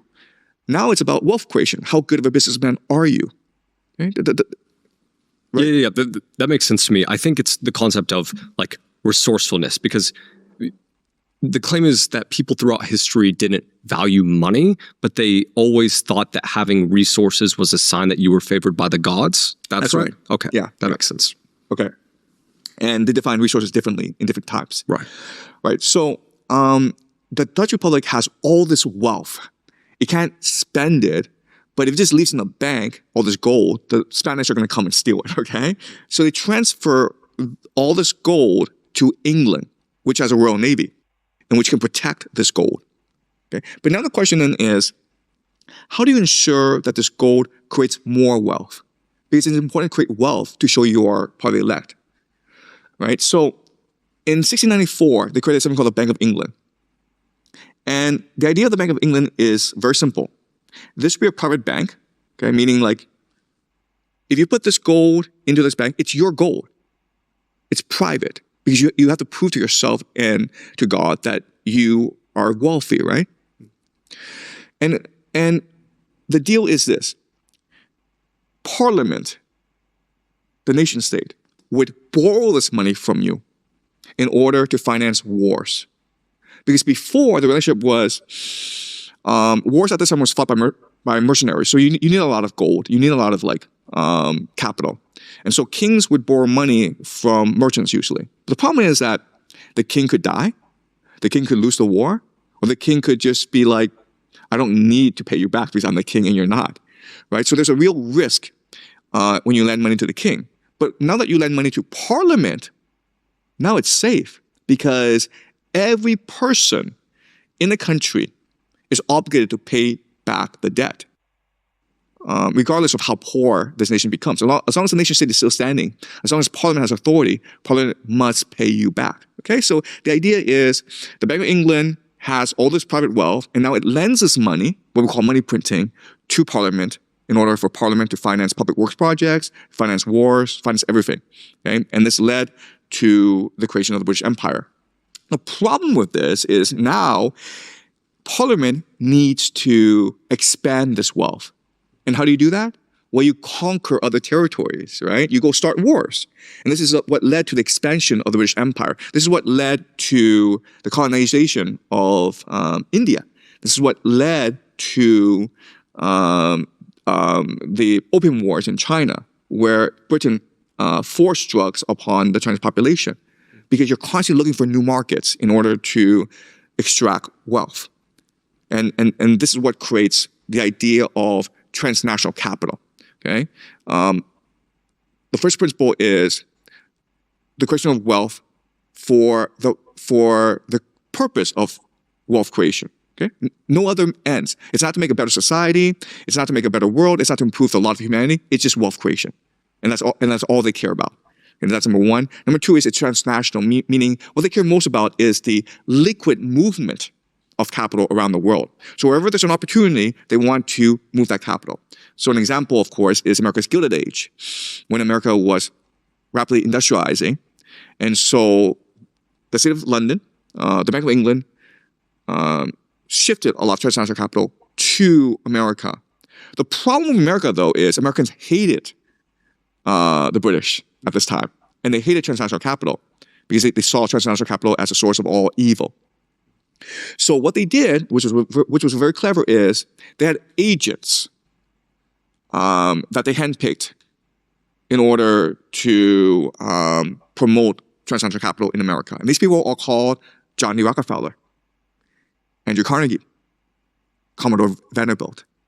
That's how they became very wealthy, right? Because think about this, how John D. Rockefeller came from nothing. And before he died, he monopolized the entire oil industry in America. How did he do that? Like, just do the math. It's impossible to like monopolize an entire nation's oil. You can monopolize maybe Ohio or Florida. Sure, I can understand that. But when you monopolize the entire nation of America, that's ridiculous. Okay, and so I think the best logical explanation is that transnational capital recognizes his potential and backed him and gave him the financing to buy all his competitors, which makes the most logical sense, right? So that's what transnational capital does. It's only interested in wealth creation. It moves capital around from place to place. It has absolutely no loyalty to nation, and it believes in open borders. It believes in, it sees religion as a threat. It sees monarchies as a threat. And most people don't appreciate this, but transnational capital also financed the creation of Marxism, okay, in two aspects. The first aspect is, if you go and look at the life of Karl Marx, he was being bankrolled by Friedrich Engels. Friedrich Engels' father was an industrialist. So this is transnational capital. And why would they finance Karl Marx? And Karl Marx spent most of his life in Britain, right? So that's the first example. The second example is, if you look at the Bolsheviks, this was an extreme French political party in Russia that no one liked. Everyone thought these people are crazy, they're fanatics, but they had access to transnational capital. They were financed by Wall Street. And so during the Bolshevik Revolution, transnational capital was bankrolling them so that they could hire mercenaries to fight the war. They could bribe foreign governments not to intervene. They could pay off generals of the white armies, and that's how they won the war, with the help of transnational capital. So this dichotomy between capitalism and communism, it's all a false dialectic. It's meant to deceive you. Ultimately, what transnational capital is interested in is in seeking better investment opportunities. And Bolshevism made Russia a better investment opportunity for transnational capital, right? Because before, you had the Tsar, and you had the Orthodox Church, and both were opposed to transnational capital. They saw it as the Antichrist system. They still call it the Antichrist system. Are you saying that communism was created by capitalists? Yes, in order to pave the way for the infiltration of transnational capital into the world, right? Because who opposes money?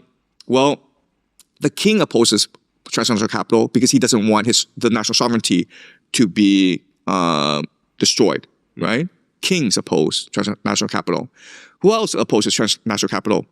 Religious people, right? Because they see money as a source of all evil. Like, guys, let's not focus on making money. Let's just focus on praying to God, on being good people. Right? So with communism is it's considered like the apex of the Enlightenment because it puts reason above everything else. It puts reason above God, country, and king. And no other philosophy did that before, right? So communism was crucial to the development and conquest of transnational capital. Was it a controlled opposition for them, pretty much? Like it was made to be an enemy, so people promoted capitalism, which in turn promotes transnational capital. Right. Okay. So what we need to understand is, for transnational capital to win, it needs to create an entire worldview, an entire religion, an entire philosophy, so that it can infiltrate your mind, right? Because again, throughout most of human history, we didn't care about money. We cared about the community. We cared about our status in the community. So what transnational capital did was not only did it sponsor Marxism, but also sponsored other movements as well. that were key to creating the world that we live in, okay? So one person that they sponsored was John Locke, who proposed that private property is an intrinsic right given to you by God. And this was new at this time. At this time in history, people were pious and they didn't really care about private property. They cared about their faith. They cared about their community. They cared about their relationship with God. Now, John Locke is saying that private property is something given to you by God, and therefore it is protected by God. Another idea he promoted was something called empiricism, which is to say like you can only know things that you experience. And this is, again, a radically different concept from religion, which is you should feel God in you. And there are these spirits, holy spirits, around you. And John Locke's saying, no, guys, you're just hallucinating. You're delusional. It's things only exist if you can experience them yourself. You can't just imagine things. You just can't believe these things. You have to be able to see these things, right? And this gives us David Hume, who promoted the idea of skepticism, which is to say, you know what? Even things you see may not be true, okay? You have to be skeptical about everything you believe because a lot of things you believe may just be a product of custom and memorization as opposed to reality itself. So he gives an example of, let's just say you've seen 10,000 white swans. Now you can induce the idea of induction that all swans are white. But is that really true? Well, it's not true because there are black swans. Not that many, but there are. Which is to say that all knowledge is based on induction, right? Because it's impossible for you to see all swans. If you've seen 10,000 swans and they're all white, you have to believe that all swans are white. But that's not true, right? So which is to say that your inductive ability is very limited. So David Hume is questioning the very project of philosophy. He's questioning the very project of enlightenment and science. Okay, so that's David Hume. Then you have Jeremy Bentham, and his idea is this: you have you can only know things that you experience, and even these things you experience, you cannot know to be true. So you can't actually appeal to universal principles. So what's the solution to this crisis? Utility. If it's useful to you, it must be good. What is useful? It gives you pleasure. It must be good. How do you know money creation is good? Because money creation, you can buy things, and buying these things gives you pleasure. Therefore, you know it's good. And then from Jeremy Bentham, you have John Stuart Mill, his protege. And then John Stuart Mill takes this idea of utilitarianism and applies it to all of society, which is to say that how can we judge whether or not social policy is good or not? Because it's useful, because it appeals to our sense of pleasure. Therefore, feminism is good because it brings women into society. Therefore, liberalism is good because it empowers the individual. And all these ideas together then form the framework for modern society, right? But again, what's important is these ideas are an outgrowth of transnational capital and its demand to control reality itself, our perception of reality itself, by making the world more materialistic, but by making money the main organizing principle of reality, whereas before it might have been God or love or family or community. Do you think people in the West are more free today than slaves were? Yeah. So what I've argued before is that if you take the principle of empiricism, skepticism, and utilitarianism to its logical extreme, you end up with consumerism. And I've argued before that consumerism is the perfection of slavery. Because what makes us free, and I'm going to get a bit wonky here, okay? Or a bit, it might confuse you. So feel free to interrupt, feel free to ask me any clarifying questions. But what makes us free as our connection to the divine. Because once you recognize that our ego is an illusion, time and space is an illusion, and what we are psychic beings that are interdimensional, that are unified with the universal consciousness, that have access to God, then what you recognize is this: death does not matter. Death is a release. Our souls can escape our husk and return to the divine. And we are only here to experience the world for what it is, which is a material world. But at the end of the day, this material existence is just a small speck of our entire consciousness, or of our entire existence, of our soul. So don't be so focused on material acquisition in this world, because once you leave it, you can't take it with you. But what you can take with you are memories, experiences that shine a light on the universe. We're here to shine a light on the universe by doing things, by engaging in activities that are not available to the divine consciousness. And one example is to fall in love with someone. You can't do that up there because we're all one being. We're all unified. But here, because we are trapped in our husk, our bodies, and there's a divine light that shines in us, our divine light aspires to return to the divine.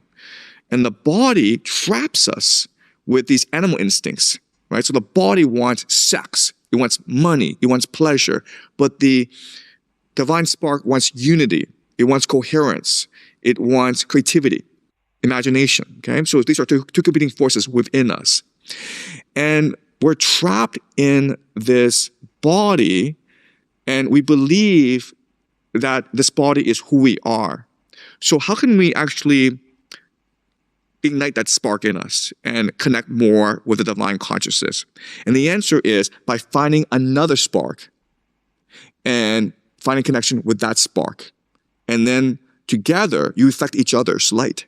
And then you grow and grow. And that opens your mind and connects you to the divine consciousness while simultaneously you're still living your life. That's why love is important, right? And Dante talks about this in the Divine Comedy, where love is about generosity. It's about kindness. It's about forgiving.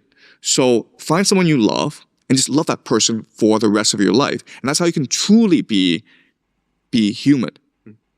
And that's a path to enlightenment. That's a path to freedom. But without that, without belief in God, without love, we're always trapped inside ourselves. And we try to escape this trap by indulging in material pleasures, which actually increases the strength of our prison. Freedom is the belief that you are both nothing and everything. Freedom is the belief that love conquers all, love will set you free. That's what freedom is. I guess to understand how this relates to, I guess, the future of where we're going in the world, do the people making the decisions that are important to kind of unravel history over the next 100 years, do they live their life based off consumerism, off of hoarding wealth, or do they live their life off of what you had referenced with prioritizing love? So transnational capital is first and foremost focused on wealth creation. And that basically means creating more materialism in this world. And so these people are still Calvinist. Right. So Calvinism is what sparked this intellectual revolution. But over time, this idea of wealth creation becomes an end to itself, right? Because of the Enlightenment. Before, you created wealth in order to be closer to God, to prove that God favored you. And then with the Enlightenment, with the Silent Revolution, with secularism, materialism became an end unto itself. Wealth creation became an end unto itself. And the reason why is, as long as people believe in God, there's a check and a balance to wealth creation, right? Because, well, we have to remember that we're creating this wealth to show our faith in God. But what matters is our faith in God. But that's problematic because maybe other people don't really believe in God, right? So in China, we don't really believe in God. In East Asia, we don't believe in God. Or maybe other people believe in different gods. Or maybe people are not Calvinists. So if you really want to expand wealth creation, you have to make it a universal idea, right? And the way you do that is by making money itself the God. The next date I have here for your predictions is 2030. Okay. So in the year 2030, what does that look like? Okay, so we're going through a tumultuous period of systems change, which will ultimately lead to systems collapse, okay? So let me explain to you what the system is today. All right, so transnational capital is a very important concept, right? But I want to show you how it creates this world and structures this world, okay? All right, so at the very core of our world is the idea of empire. Okay? And the empire, of course, is Pax Americana. Basically, the ability of America's military to project power anywhere in the world, right? Creating the aura of inevitability and invincibility, okay? When we discuss this, right? But that's the basis of everything, okay? People's fear of the empire. And then the empire allows this game to be created. And these are the financiers. Okay, so this is transnational capital, basically. But they create the game that we live in. Because, again, money is not valuable. Money is just a mechanism to store and extract wealth, which is what? Which is our attention, our consciousness. Okay? Because our consciousness is the source of all reality. So if you can control and focus a person's consciousness, you can create reality itself. Okay? So money is a mechanism to focus our attention and then extract our attention to store it properly. Okay? And let me give you an example. All right. Just to say that I asked you to make a vase to sell. While you're making this vase, you're indifferent. You're like, whatever, I don't really care. So you listen to music, you're watching TV as you make this vase. You're not really attentive. Well, the vase is going to be pretty ugly, which means you can't sell it for that much, right? But let's just say, for the reason you want to make the most beautiful vase in the world, you're completely focused on it. You see a purpose and a meaning in creating this vase. Maybe because you're giving it to your mother or your wife or whatever. But you spend days and days just pondering, just focused on it. It becomes your life itself. It creates a sensation in you called flow, which is a concept coined by a psychologist named Csikszentmihalyi. But it's the most creative stage anyone can achieve, where you lose a sense of time and space itself, where you're just focused on the act of creation so that you become the act of creation itself, right? So a painter goes through this where, a painter is drawing a picture and he or she becomes so enamored with this picture that he or she doesn't sleep, doesn't eat, doesn't drink water, doesn't go to the bathroom because he or she is so focused on it, okay? That's attention. And when you do that, whatever you create is going to be valuable, right? And then money is a way to store and extract that value. But what created this value was your consciousness, was your attention. And that's a really important principle to understand, okay? All right. So the finance people use money as a mechanism in order to extract and store your attention. And the way they do that is by making money universal, which means that everyone has to use it, and money can be used for anything. Okay, that's the idea of universality, and this creates the global economy. Okay, because basically the entire global economy is run on the U.S. dollar. It's what facilitates trade, right? It's why we go to work. It's how we pay for things, right? So that creates the global economy. Okay. But you cannot allow people to think this is how the system works. Because then people lose faith in this system, right? If people understand that money is just a currency no different from monopoly money, then people aren't going to work hard at it. So they need to create an artifice, a superstructure to disguise the fact and give meaning and value to money itself, okay? And you do that by creating something called the rules-based international order, okay? Or maybe the UN, the World Trade Organization. And this becomes the substitute for the financiers who have the real power, okay? And the financiers include Wall Street, City of London, the Federal Reserve, a Bank of International Settlements, okay? It's one group of people in different guises, okay? All right, so now you have the rules-based international order. And then you create culture, media, and education in order to brainwash or indoctrinate people into believing that this is a system, this rules-based international order, that is the basis for reality itself, okay, as opposed to our imagination. Right. Right, and that's why people are saying, oh, Donald Trump went to invade Iran. That's against international law. He should be tried at Nuremberg. There should be a Nuremberg trial for Donald Trump. That's silly, man. Right. I mean, it's the empire that controls everything. But people, for whatever reason, believe there is a rules-based international order. If you defy it, the police will come and arrest you and put you on trial. They literally believe that. All right? But then you ask them, like, well, then who's going to do that? And they're like, well, the United Nations. And like, okay, that's the United Nations to have a military that can defeat the American military. And but it becomes, so it doesn't make much sense, but they don't really care. It's their sense of reality itself, okay? And because it's been brainwashing to them through popular culture, through media like New York Times and BBC, and through the education system, the universities basically, okay? And then this creates the the values and norms, right? All right, so this is the superstructure of the world, okay? Does this make sense to you? I believe so. Can you summarize it one more time? All right, let's do it again, okay?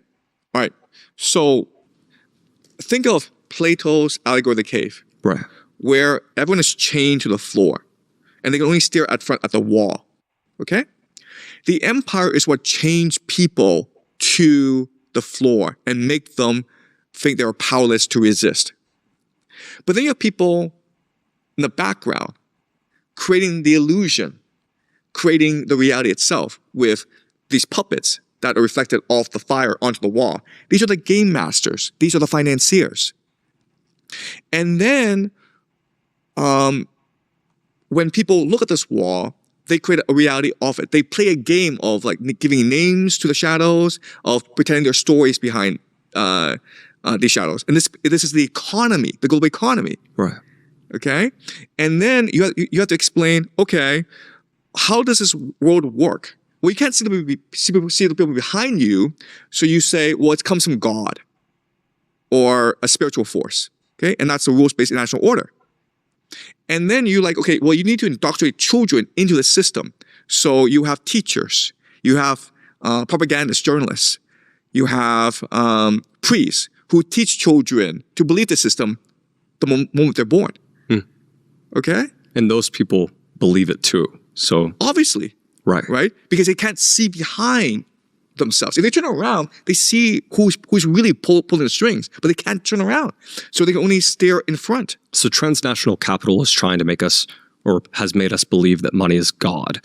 But I guess I know this is a complex topic, but what's the single most important thing people need to know about money to know that it's fake and something that they can...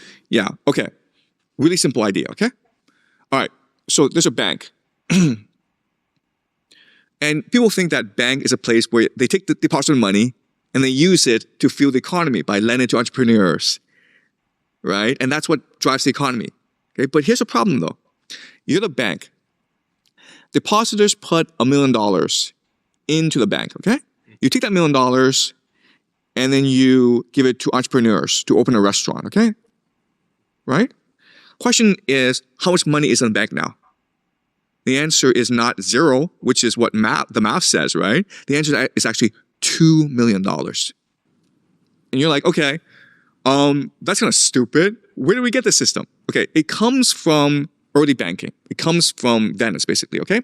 So Back then, they didn't have money. They had gold, right? So you put $1 million of gold into the bank. Now, the bank's going to lend this $1 million primarily to merchants who engage in trade, okay? But the problem is that you don't want to physically give people the gold because it's dangerous. It doesn't really do anything. So what you do is you give them a receipt for the gold, right? So you say $1 million receipt for the gold. Does that make sense? Yeah.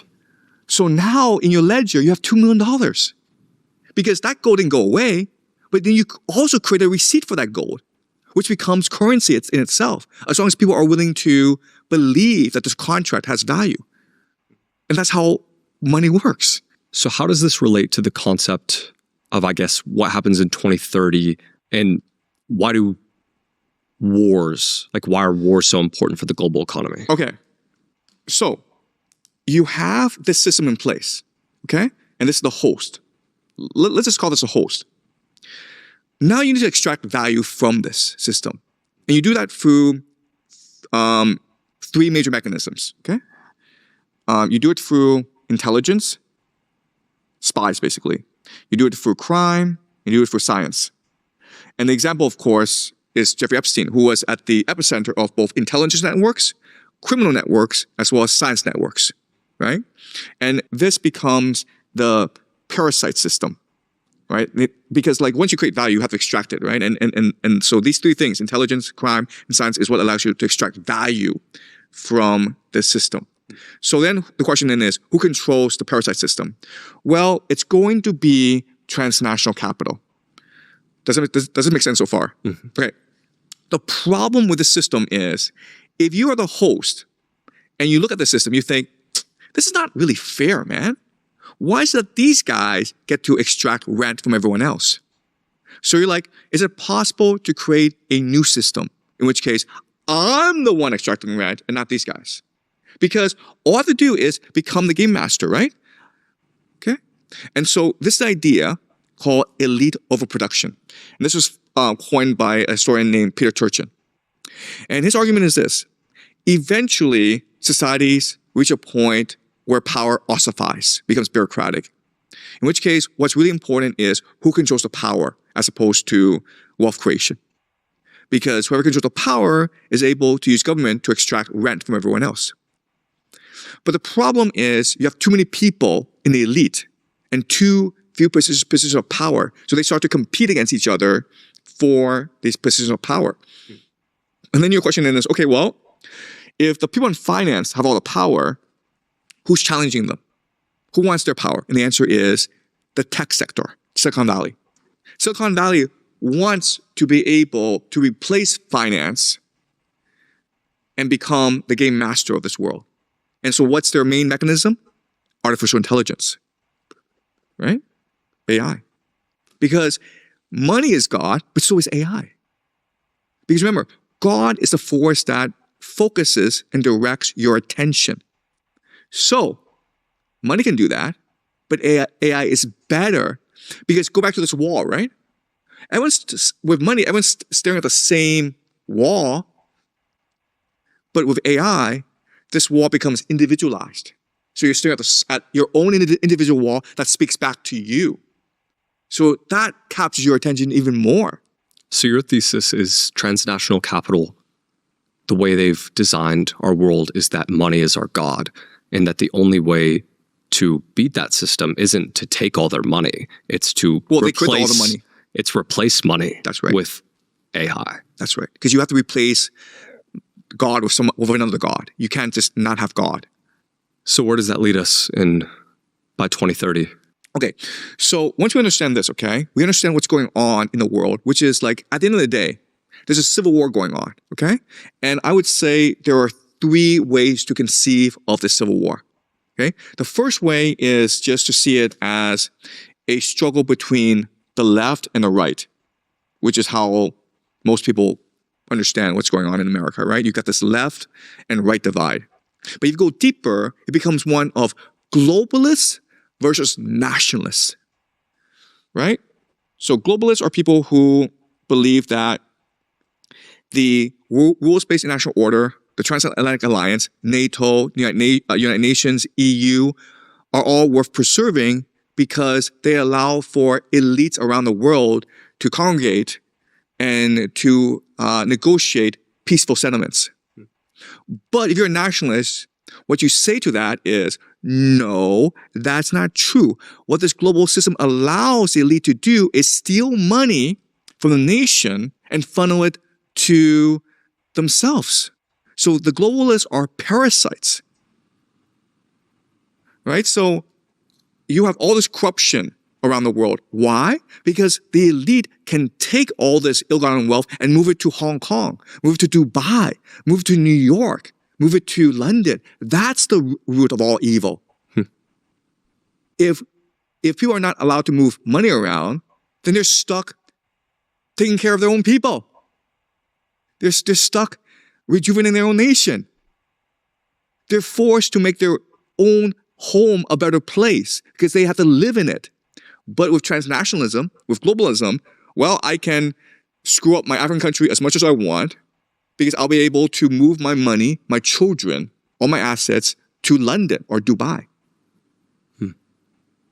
And so there's this huge conflict going on between the globalists and the nationalists, okay?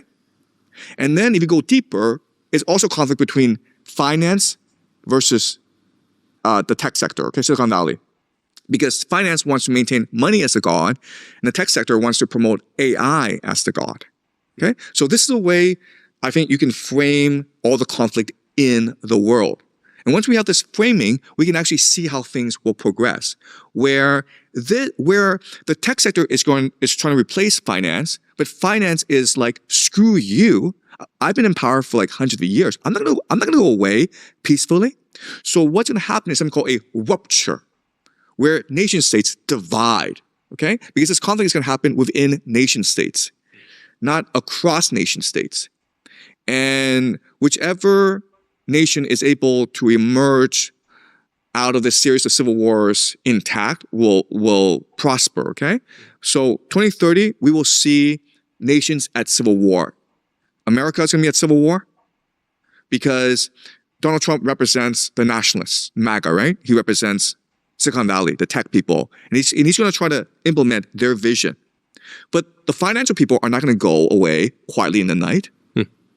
Would you? Right? You're going to fight to the end. Right. And so you have this massive civil war break out in America. But not just America, Europe as well. Think about why Donald Trump hates Europe so much. Because he sees Europe as a source of transnational capital. Right? So civil war is going to break out in Europe as well. So what's happening is that the EU, Brussels, is completely controlled by transnational capital. But who is Donald Trump promoting in Europe? He's promoting Poland, Hungary, Austria. He's promoting like these nationalist parties in Germany, AfD, Vox in Spain, Marine Le Pen's party in France. That's where the civil war is going to be. So the grand irony of all this is that Putin and Trump are aligned. They want to move the world towards a more nationalistic and the globalists are the ones fighting back. Right. So it's not a war between America and Russia. It's a war between the globalists in America who are aligned with the globalists in Europe, the globalists in China, the globalists in Russia, versus the nationalists in these countries. You've talked about the three signs that an empire is going to collapse is elite overproduction, financialization, and rat utopia, which is essentially is the concept of quiet quitting, where people feel like they can't get ahead in life. All three of these are happening simultaneously right now in America, here and Europe as well. Do you think we're heading toward a global reset by 2030? Right. So I think that a lot of people among the elite recognize that decline is happening. And there's no way around it because of these three reasons, right? Elite overproduction, rat utopia. Another word for rat utopia is the aging crisis, right? Where you have these old people who just won't give up power. Right. Yeah, you've got people like Chuck Grassley in the Senate. He's 94, I think. That's ridiculous. Like what? Like you're like over 90 years old and you're still sitting in the Senate? Right. But so you've got these baby boomers who refuse to surrender power, which makes society more ossified, right? There's no social mobility anymore. So that's the idea of rat utopia. And then you have financialization, which is just to make America, which enables the elite to be parasites, right? They do nothing to collect rent from everyone else. That's what financialization is. If you open a business in America, your return on average might be 2%. You put your money in the stock market, it's 5%. Who's going to go start a business? But it's starting a business that creates wealth, that generates jobs, that makes America strong. Okay, so America, the entire world, it suffers from these three issues, and so there's a decline.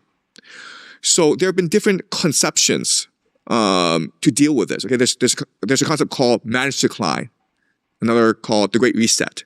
Okay, but it's the same idea, which is in a time of decline, how do we, the elite, maintain our privilege and our power? And that's an impossibility because there's too many of you parasites. Okay, only one faction can win out.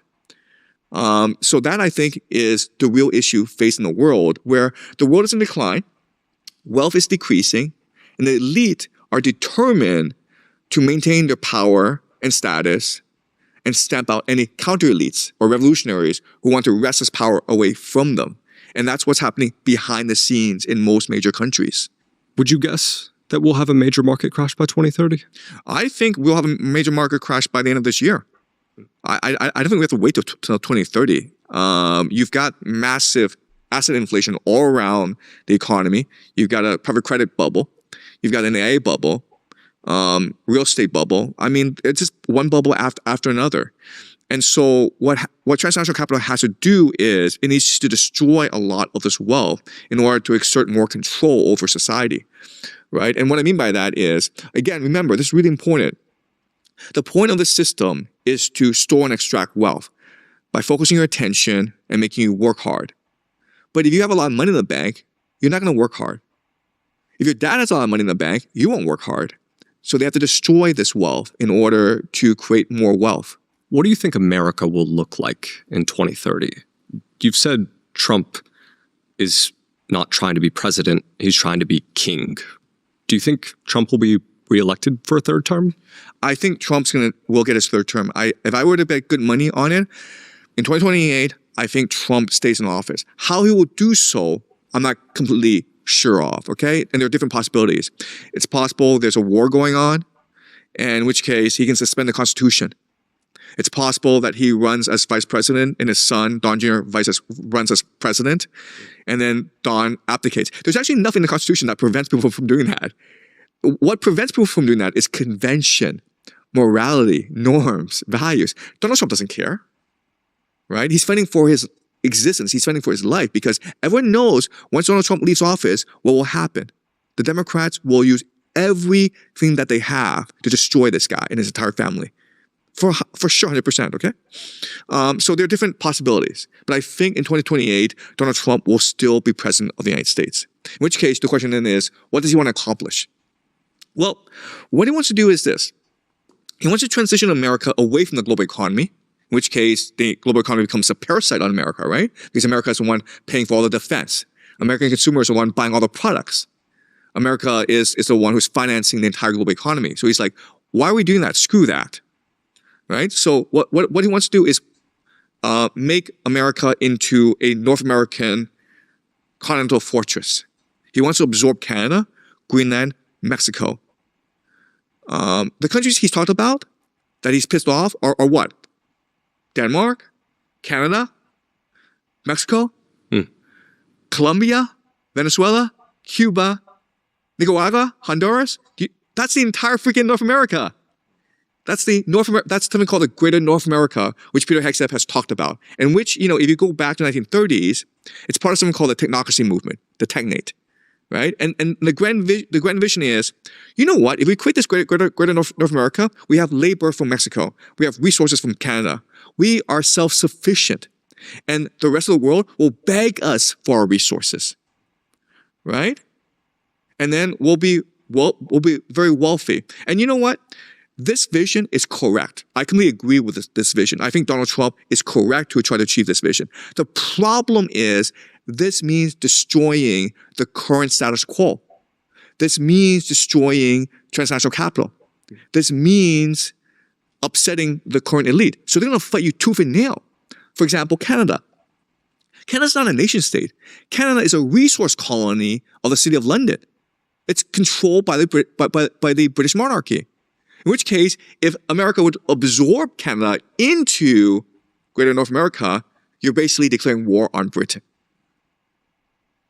Mexico is the same situation, right? What is transnational capital? Transnational capital are the ones financing drug trafficking around the world and money laundering, right? That's a source of a lot of transnational capital's wealth. Where during the Opium Wars, the British were selling opium to China and then funneling it through Hong Kong, money laundering through Hong Kong. And now they have all these like offshore money laundering operations around the world.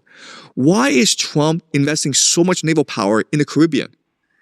Because he said that he wants to disrupt the drug trade. And everyone's like, that's ridiculous. Well, what if it's true? What if that area is a source of a lot of global drug trade, which then fuels the transnational capital elite? If you destroy that trade, you not only hurt transnational capital, but you also hurt the deep state who are opposed to Donald Trump, the CIA, right? But again, like they're not stupid. Transnational capital knows exactly what's happening, and they're not going to surrender all their power and wealth to this one guy, right? This is a dumb question, but you said earlier that you could destroy a data center and like wipe out someone's bank account. Yeah. If you were a multi-billionaire, do they have data centers and like that technology on various islands theoretically, like hidden places? Right. So again, money is a made-up concept, right? So if you're a billionaire, why are you a billionaire? You're a billionaire because you're an agent of different transnational networks. So theirs can't be destroyed. Right, because the source of their wealth is their power, right? And the sources of power are these transnational networks that support them, right? So the question is, where did Jeffrey Epstein get his money? Why is Jeffrey Epstein a billionaire? And like, honestly, no one knows. If you just look in his background, okay, well, I mean, he was making a lot of money as an arms trafficker, and he made a lot of money when Robert Maxwell died. And it seemed as though he inherited a lot of money from Robert Maxwell. And like, that's not how money works. You don't inherit the money, you inherit the transnational network. And so the question then is, okay, let's just speculate, okay? And I don't know for sure. But what is a potential source of Jeffrey Epstein's wealth? And if I were to guess, I would guess maybe the Shabbat Lubavitch movement, okay? Shabbat Lubavitch. Who are these guys?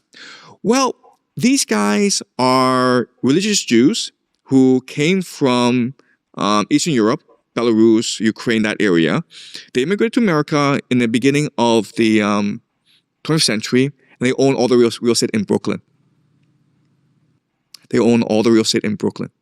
Why? Because they pool their resources, and they believe they have a messianic calling to save humanity.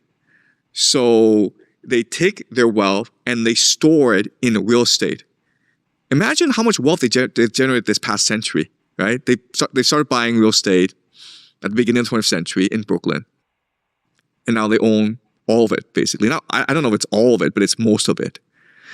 And then they can use this real estate wealth to do what? Well, they can promote their agenda in Washington, D.C. They can find agents like Jeffrey Epstein to promote their agenda. Okay? So that's what billionaires are. Billionaires are agents, representatives of different transnational networks. Another point I will make is this. We know for a fact that Leslie Wexner gave power of attorney to Jeffrey Epstein. Right? So the idea is, once you have power of attorney, you can do anything you want with this guy. You can actually put this guy in an institution if you want. But you have control over all his finances. And you're like, who does that? Like you're a billionaire and you're still sane, you don't have any issues, but you sign over power of attorney to this guy, Jeffrey Epstein. And it doesn't make any sense. unless you think that they're actually just agents of a transnational network. And it doesn't matter who the agent is. You said the Greater North America Project. Do you think America will become a theocracy by 2030? Right. So again, there's a civil war going on. And it's about alliances, right? So transnational capital is the greatest power right now. And so you need to form an alliance to counter transnational capital in America. An alliance that seems to be forming right now is an alliance between the tech sector and Christian nationalism, as exemplified by two individuals, Peter Thiel and J.D. Vance, right? So Peter Thiel is a tech billionaire, and he goes around talking about the Antichrist a lot. And there's talk of how you can actually create God through AI. You can make AI sentient, and then it becomes God itself, okay? So there's perhaps a convergence between Christian nationalism and AI. Okay, so think of their vision for the world is this: think of The Handmaid's Tale, but digitized. The Handmaid's Tale is a book written by Margaret Atwood, and it was made into a TV series, and it's set in the future after America has fought a disastrous civil war, and the population is very low. So what they need to do is create as many babies as possible. And so what happens is that powerful men are assigned a harem. And these handmaids are basically, sex slaves to these powerful men who are often in the military, right? But behind this is the idea of Christian nationalism, which is that America should become a theocracy. Because how do you explain this system? And the answer is because it is God's will. Because this is a system that allows us to most worship God. Women should be at home making babies. That's God's role for them. Be fruitful and multiply. That's what it says in the Bible. Go read the Bible, right? And then what you do is you add a digital component to it where every handmaid is given a microchip. And this microchip becomes almost like a guardian angel, or maybe a soulmate. And this microchip is digital ID, digital currency, digital surveillance, right? But at the same time, it's talking to you all the time, giving you comfort, giving you solace in yourself. ChatGPT is doing exactly that, where whatever fantasy you have, ChatGPT just reinforces your fantasy. It doesn't actually negate your fantasy. It just reinforces your fantasy, right? So that, I think, is the future that they want. I'm not saying they will achieve it, but what I'm saying is that's the future that they're moving towards. The concept you're talking about leads into what 2045 could look like. Before we get to 2045, there's three concepts. I'm curious if you think it's important to talk about these. So it's America collapses, Russia takes Odessa, NATO collapses, and then there's a conflict between Japan and South Korea. Do you think any of those? Yeah, I mean, it's all aligned together, right? Where it's all part of this larger framework between a globalist and a nationalist, because NATO represents a globalist, right? So how do you destroy NATO? You force them to fight a war in Russia. They can't possibly win, right? So Europe is militarizing, reintroducing the draft. Germany just announced that if you are between the age of 17 and 45 and you're a man, you cannot leave Germany for more than 3 months without permission. They just announced that, I think, today. So Germany is moving towards a war setting, and they'll probably introduce the draft at some point. Okay, because again, we have to understand that this is a war between the globalists and the nationalists. The globalists want to maintain power. They're willing to sacrifice anyone in order to maintain power. The nationalists want to assert their national sovereignty, right? So Putin is clearly on the side of nationalists, and the NATO represents the globalists. And this conflict is going to spill all around the world, and it's going to lead to civil war in America. And the civil war will never stop because transnational capital is really powerful. They'll have resources everywhere around the world. So imagine in 2030 to 2040, okay, these 10 years, how the world is structured, okay? You have Donald Trump trying to establish the North America Tangnate, the Greater North America Project, okay? And you have Russia establishing something called the Third Rome, okay? That is their eschatology, where they think that Moscow is the third Rome after Rome and Constantinople, and there'll be no fourth Rome, all right? But then you have Pax Judaica rising. And Pax Judaica is where transnational capital will base a lot of their strength and resources, right? Because think about this, where if you're a trillionaire or a billionaire, and you're looking for the next great investment opportunity, the Middle East is the best place. Why? Because the war will have devastated the entire Middle East, and so you will have to rebuild. The Middle East is the hub of all trade in the world. So if you are Russia and you're trying to access Africa, you have to go through Israel, the Levant, right? And third of all, you have all this oil. And what is oil good for? Powering data centers, which allows you to build the AI surveillance state. Okay, so transnational capital is like Pax Judaica, Greater Israel. That's where we want to put our money. Right? So transnational capital reasserts itself in Pax Judaica. But it's not going to give up the world. It's still going to fight Russia. It's still going to fight America. Right? And it's still going to exert authority over East Asia. Right? So transnational capital is very good at stoking conflict, at creating chaos. That's how they generate their wealth. All right? So, but remember, like, as this is shaping, it's all a dynamic situation in that each nation is trying to assert its sovereignty, control over the entire world. And that's going to lead to a lot of conflict. But then also, we have to remember, like, a lot of these nations in Latin America will not enjoy being taken over by the Americans. So you'll have insurgencies funded by Pax Judaica, transnational capital. Right? Europe's not going to go away. It's going to continue to fight Russia. And in a time of nuclear war, there will be no like World War I situation where armies just clash in the night and kill each other, okay? What it's really about is trying to use misinformation, use propaganda, use psychological warfare to undermine the domestic elite, right? So going back to Europe, where Europe's going to break out in a civil war between the right and the left, right? The left will support the globalists, the right will want to assert national sovereignty. And Europe will become a proxy area. And then East Asia will also be in a similar situation. And at the same time, the transnational elite will try to undermine both Russia and America by funding insurgencies, by creating civil war. Okay, so it's going to be a very chaotic situation. So do they think that America will collapse by 2030 or roughly like 10 years from now? The goal is for America to collapse because by collapsing America, you can reset America, right? So once America collapses and all this wealth is destroyed, then it's easier for you to move your capital back into America and buy things on the cheap.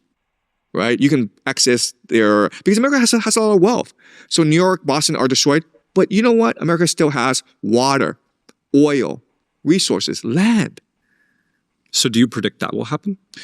Or that's just their interest? I think these people, the elite, are not as smart as they think they are. I think everything's going to blow up in their face. I think transnational capital is in decline. I think their empire is over. I think transnational capital will be dead in 10 years' time. So by 2045, and this is where it gets interesting, what do you think happens in 2045? Welcome to the Jack Neal podcast. Thanks, Jack. So by 2045, and this is where it gets interesting, what do you think happens in 2045? Complete chaos. I think you will experience something akin to the Bronze Age collapse, which is a total systems collapse. And it'll be brought on by an environmental catastrophe. So there's something called the geomagnetic excursion event, which is like the North and South Pole start to move away from their present locations, which then weakens the Earth's magnetic field, which then makes the Earth much more susceptible to solar flares, which are basically EMP shockwaves, which will destroy the digital economy, right? But the entire world is basically digitized. So imagine a solar flare in the middle of New York City. Well, no one would have access to the internet, telecommunications, their car won't work, the power plants will give out. If it's winter, you will literally freeze to death. Sanitation breaks down. There's no more clean water. It'll be complete chaos. And it will only take one of these events to destroy a lot of the world because we're so congregated inside cities. Okay, so I think there's a real possibility in the next 20 years, there will be a major environmental catastrophe. And it's possible it's a perfect storm of catastrophes, meaning pestilence, famine, drought, earthquakes, just a perfect storm. And in which case, you will have a shattering of the world. So the nation state then gives way to the city state. And these city states have to fight amongst each other for precious resources, especially water. And so it's not a very pleasant future for humanity. But this is something that I don't think people are really prepared for. Yes, I understand there will be a multipolar world, and that is in the midterm. But in the long term, we have to worry about the very survival of humanity itself. What do you think will be the dominant nation at that time? I think people will be surprised by how resilient the Germans and the Japanese are. I think in the mid-term, North America, Moscow, Israel will be very dominant. But over time, I think people will be surprised by the resurgence of the Germans and the Japanese. The Germans are headed towards military humiliation in Ukraine. They can't possibly beat the Russians in Ukraine, but it may be in the long term good for Germany. Because then, after this loss, the Germans may be able to rediscover their national identity, their heritage, and build a stronger nation out of this collapse. The Japanese have been the most resilient people in human history. I mean, the things they've been able to accomplish as a very small nation are just incredible. So you go back to the 13th century when the Mongols invaded Japan twice. And the Japanese, which was at this time a feudal society, broken up into like different kingdoms, warring against each other, they unified as a people to repel this invasion from, at that time, the greatest empire in the world. Then you go to the 19th century when China was being carved up by the Western powers. And it seemed as though Japan was going to be carved up as well. But then Japan started something called the Meiji Restoration, and they started to industrialize. And then in like 30, 40 years, they defeated Russia in a war. And that was unimaginable to people at that time. Go back to 1945. America was firebombing Japan, destroying all of Japan's infrastructure, industry. Millions of people were burning to death. America dropped two nuclear bombs on Japan. After World War II, within a generation, they became the most dominant manufacturing power in the world. So, if you look at East Asia, it's in a lot of trouble. But never, ever bet against the Japanese. The way I had it was essentially 2030 was Russia expanding into Eastern Europe, Asia is in crisis, and America collapses.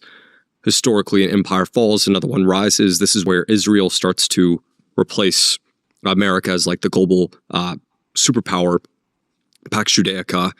And then the ultimate endgame is a one-world AI surveillance state with the global matrix of control being headquartered in Jerusalem. Is that what you see happening by 2045, or is that what they see? Okay. All right. So let's differentiate between Greater Israel Project and Pax Judaica. Okay. So Greater Israel Project is the idea that Israel needs to achieve the promised land, which they believe is what Yahweh promised to their ancestor Abraham. And this promised land, if you look at a map, extends from the Nile in Egypt to the Euphrates in Iraq. It also includes parts of Anatolia, Turkey, as well as parts of Saudi Arabia. And so you can make the argument that what Israel wants to achieve in this war is the Greater Israel Project. meaning that it wants to extend this war as much as possible to drag in as many players as possible, including Turkey, including Saudi Arabia. Because if they're destroying this war, then it's just easier for Israel to achieve the Greater Israel Project. Right. And then they want to make Jerusalem the capital of this empire and build the third temple, and this will allow for the Messiah to come. That's how these religious Zionists see things unfolding. Pax Judaica is different. Pax Judaica is transnational capital seeing an opportunity in Greater Israel and saying, well, if you guys are going to achieve the Greater Israel Project, we'll come in and finance all this. And we'll help with the building of the AI surveillance state. So there are not that many Jews, so we'll hire mercenaries to be the military for this empire. We'll also bring in millions of Indians, Chinese, Filipinos to work as slaves in this empire. And we will use the AI surveillance state to keep this system in check. Right? So every slave will be given a microchip. And there's unlimited oil and energy in the Middle East. So we're gonna have all these data centers in the Middle East. Okay? That's how they want this world to turn out. Right. Okay. So the distinction is you're saying it's kind of AI and tech versus traditional finance, but people have to understand that AI was a project of people on the transnational capital side originally. Right. Okay. So the distinctions aren't as clear as I make them out to be.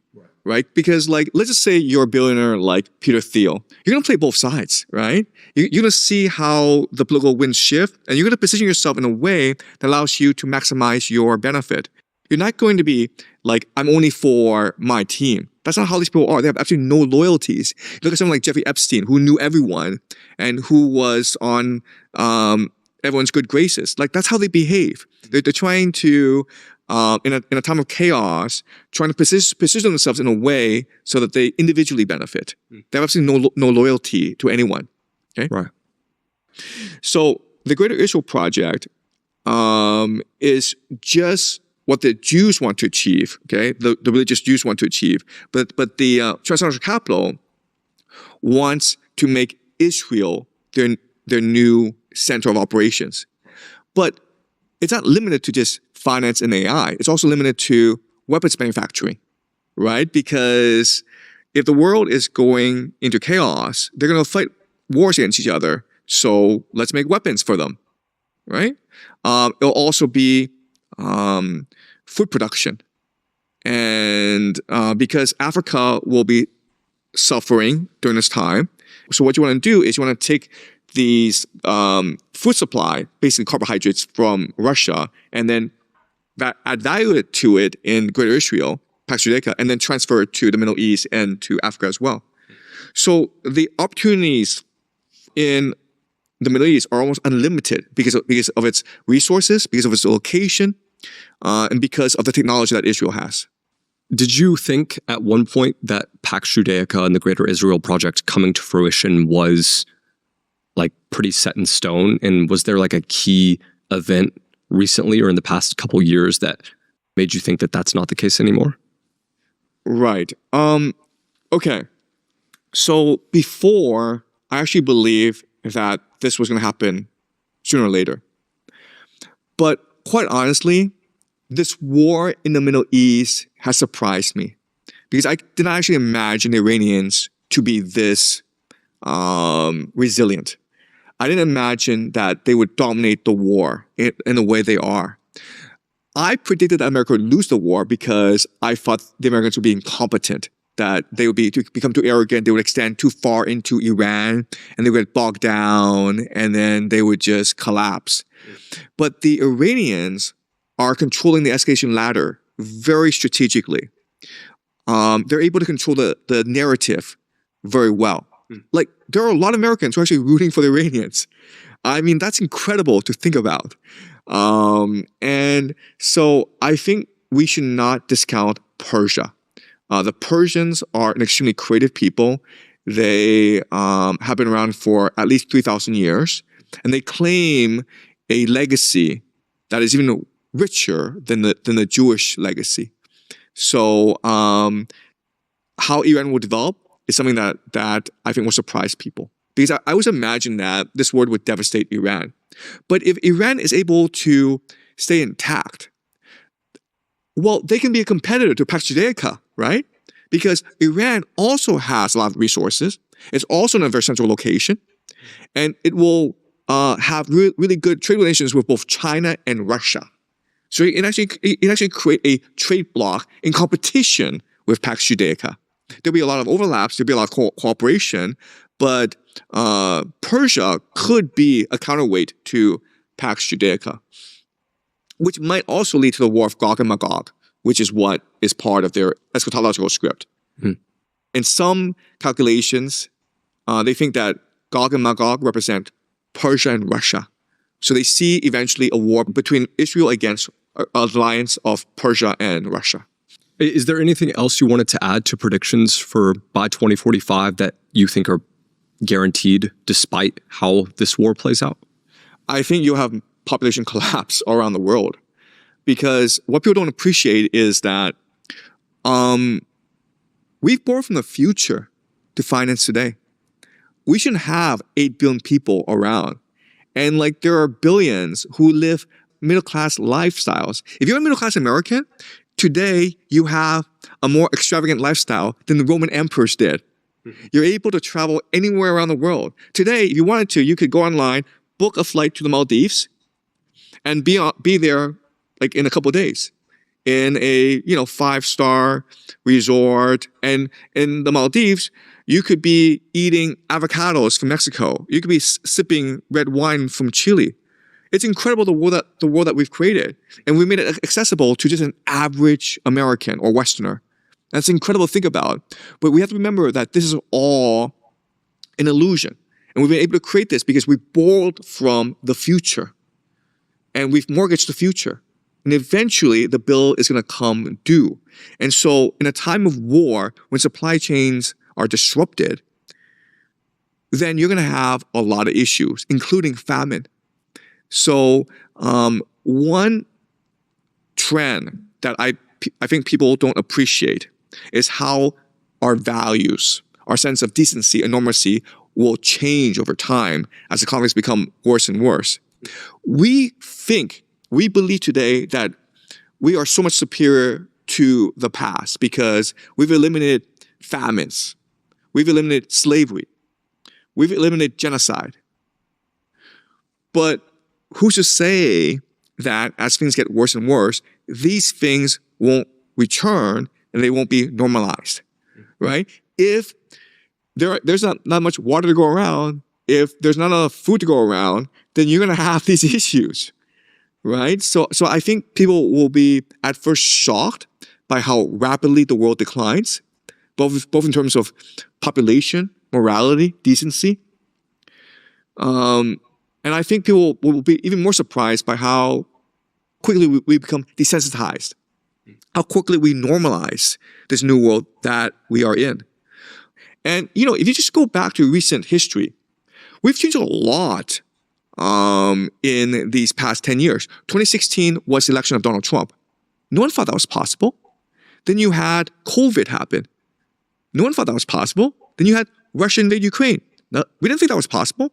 Now America has invaded Iran. We didn't think that was possible.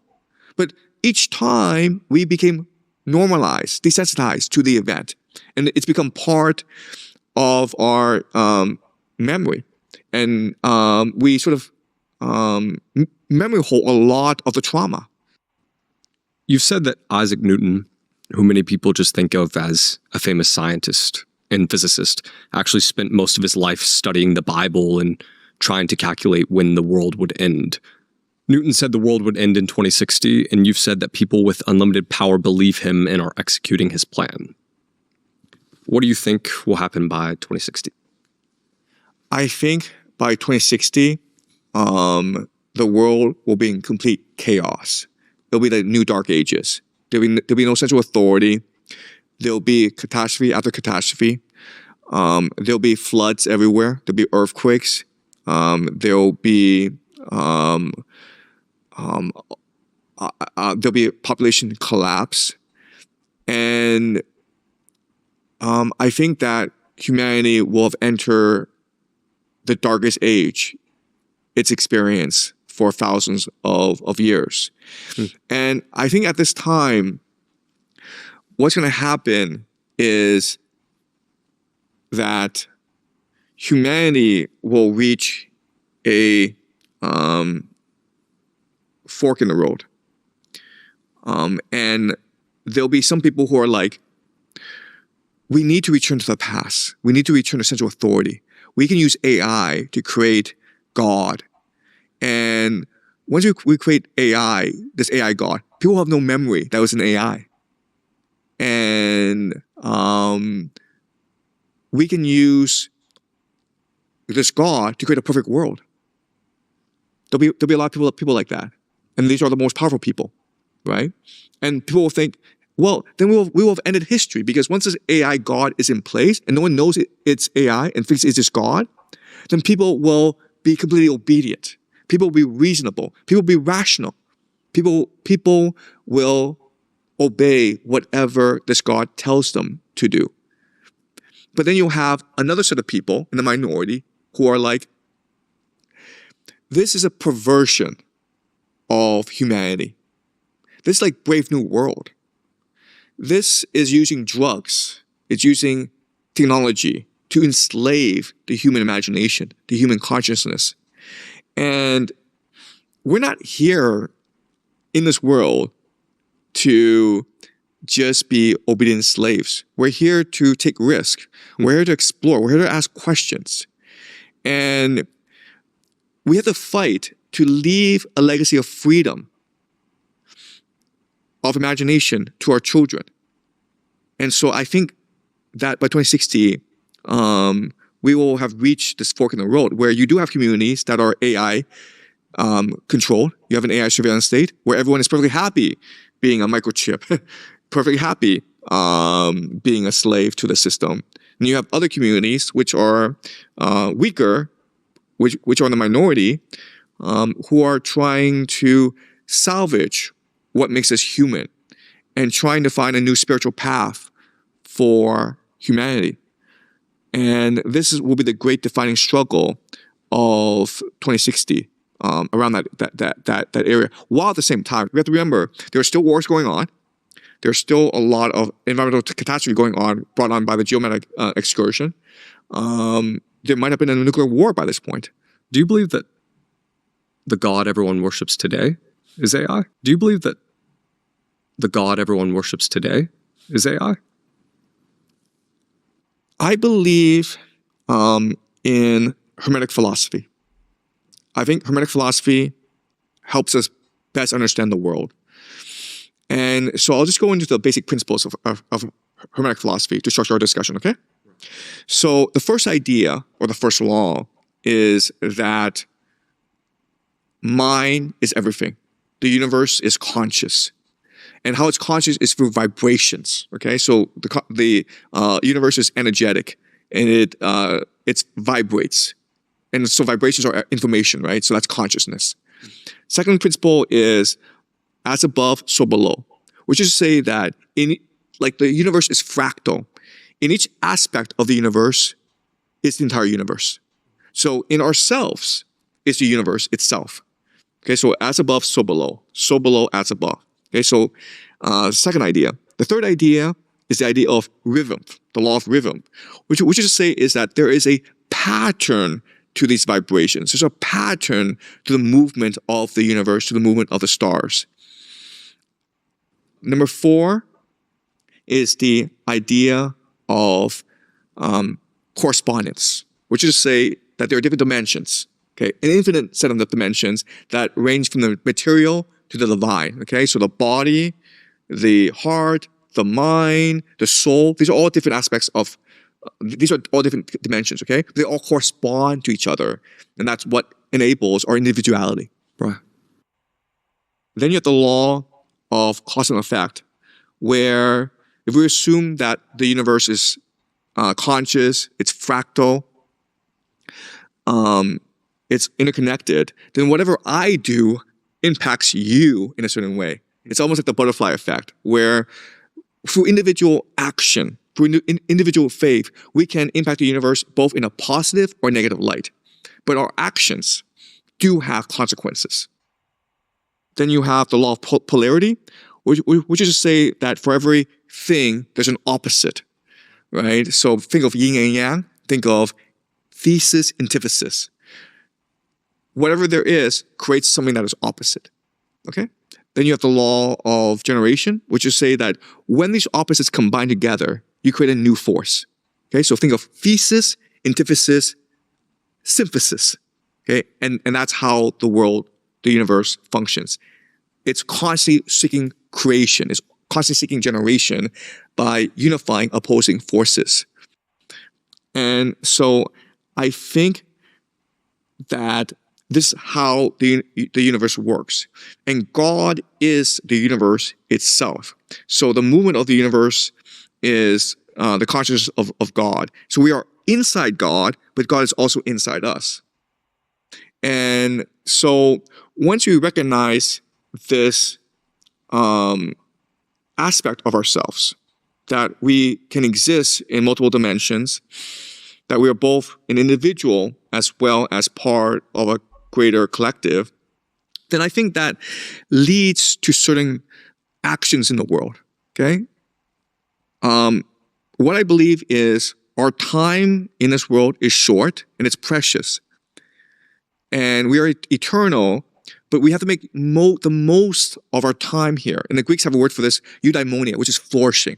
So every day we should be asking ourselves, not how much money do we have, not what have I achieved, but am I flourishing as a person? Meaning, am I being my most creative self? Am I learning? Am I growing? Am I loving? And I feel as though love is the unifying force of the universe, in that when we love someone unconditionally, we open our souls to the collective conscious. And this is what drives our imagination.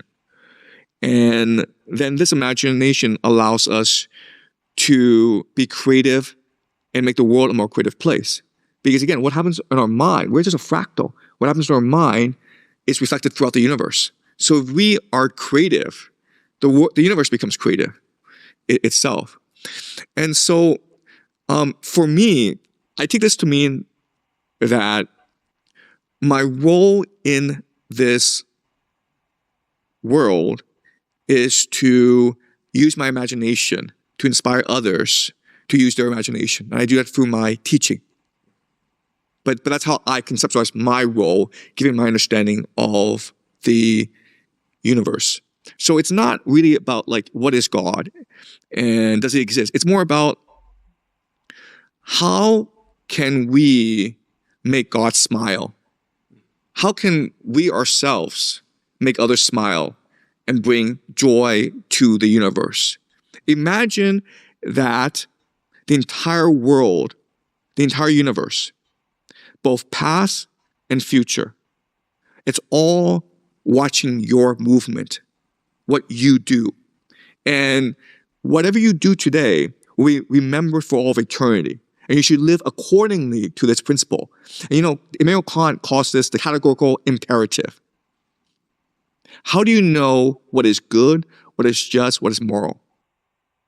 If you are proud that everyone in the universe who's ever lived and whoever will ever live watches what you do and smiles at you. I think that's a really fascinating philosophy and a great takeaway.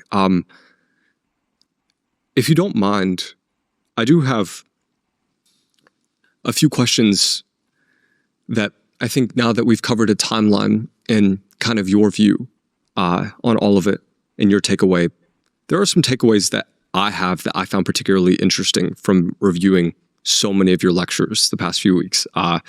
If you wanted to control society, would you have them believe in one God, many gods, or no God? Okay, so I think that we've had different societies where we've tried either no God, many gods, or just one God. And I think you get different societies. So the Greeks were polytheistic. At the same time, they were the most creative people ever. I mean, what they were able to accomplish in about 100 years is just mind-boggling because they basically created the foundations for modern Western civilization. And their concept of polytheism is that there are different gods competing against each other, and we're just pawns in this great game.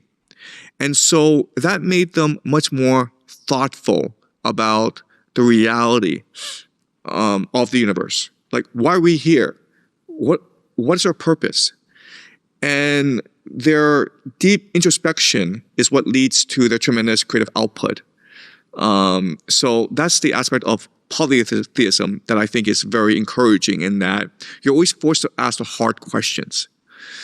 One God is a recent phenomenon, and it's led us to be the most energetic people in the world, right? So think about our accomplishments, where we're able to build skyscrapers. We're able to build high-speed rails. We're able to build airplanes. But no one ever asked the question, why are we doing this, right? Like, what's the point of this? And quite honestly, if you just look at human health index, people's happiness, people's health, their cancer rates, it's pretty abysmal. I mean, so having one God, monotheism, compels us into action, a sort of like frenetic, anxious action, but it's also led to tremendous human suffering. No God is just complete and utter chaos. It could lead to tremendous individuality, but the problem with no God is we become God. And we feel as though we can impose our will on others as well. And that's the issue in China, where I live, where we never really had a God. We had an emperor. But the idea that one person can become God has led to a very cruel and unjust world. So I would say there are strengths and weaknesses to all systems. But I would say that it is part of the human condition that we constantly shift and challenge our pre-existing conceptions of God. And that's what allows for a lot of progress. Why did they actually kill Jesus? Okay, well, first of all, we don't really know they killed Jesus. Because if you look at the Islamic tradition, there is Jesus. Jesus is the penultimate prophet. Muhammad is the ultimate prophet. And if you look at the Quran, if you look at the Islamic tradition, Jesus never died. He was never crucified. He just died peacefully and he went up to heaven. Because the idea is that if you're a messenger of God, it doesn't really matter if you die or not. What matters is, are you able to deliver the message properly? And Jesus was able to do that. So Jesus is revered in the Islamic tradition. And there are different sects of Christianity. For example, the Gnostics, who don't really care and don't really even talk about his death, because for them, death is rebirth, death is release. This planet that we're on is hell on earth. We're here to enlighten others, but once we finish our job, then we return home to wherever we came from. And so death is just release, it's rebirth. It doesn't really matter if you die. So there are people who don't believe that Jesus died, and there are people who believe it didn't really matter how he died. But obviously, the story of the crucifixion is something that compels people and which drives people into this tremendous emotional angst. You have a lot of war started over this issue, right? So, my understanding is that if you look at the historical evidence, Jesus was probably crucified by the Romans, because why would you make this up? And he was probably crucified because he was a threat to the status quo, meaning that he pissed off both the Roman authorities as well as the Jewish authorities. And I think that he was pissing everyone off because he was providing some truth that spoke to people intuitively, but which went against the natural order. And what was that truth?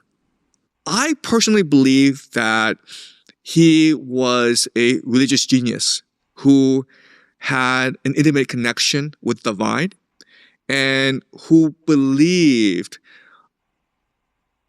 something along the lines of Gnosticism, Hermetic philosophy. And the evidence for that is the Gospel of Thomas, which is probably the earliest record of his sayings. And people believe, some people believe, not everyone, but some people believe it actually precedes the Gospel of Mark, which was about 70. And if you just read the Gospel of Thomas, I think it actually aligns pretty closely with what we know to be authentic sayings from the other Gospels, including Mark and Matthew. And if you read the Gospel of Thomas, it's clearly a Gnostic worldview. It's clearly believed that we're all divine sparks and we're here to experience the world for what it is, to sort of suffer into pain in order to seek enlightenment. But we have to remember our true aspects if we are to truly seek knowledge and enlightenment. Otherwise, we become slaves to the system. Otherwise, we're too focused on material acquisitions. Otherwise, we're too focused on making money. And this was a direct threat to the system because this would overturn the status quo, right? The Roman society is a very strict hierarchy. And to say that the person with all the money has no authority over me, the person with all the power has no authority over me because I'm a divine soul, that could be very upsetting. So we also know that Jesus spent a lot of time with slaves and the oppressed. Well, this is a problem because a slave is considered economic property. So if you tell a slave, hey man, you're a divine soul, you shouldn't be a slave, and the slave either decides to quit or runs away, that's economic damage. And at that time in history, if you were to insult someone, you might get hit at. But if you actually steal from someone, they killed you, right? Because remember the crucifixion. There were 3 people who were crucified: Jesus and 2 thieves, right? So I think that Jesus, with his message, was liberating slaves psychologically and emotionally and giving tremendous comfort to them. But this made them less productive. In which case, you're causing economic damage. You're destroying property. So he was considered basically a rebel. You said Paul was a spy that used Jesus as a political symbol. Do you think the CIA uses mind control to create terrorists?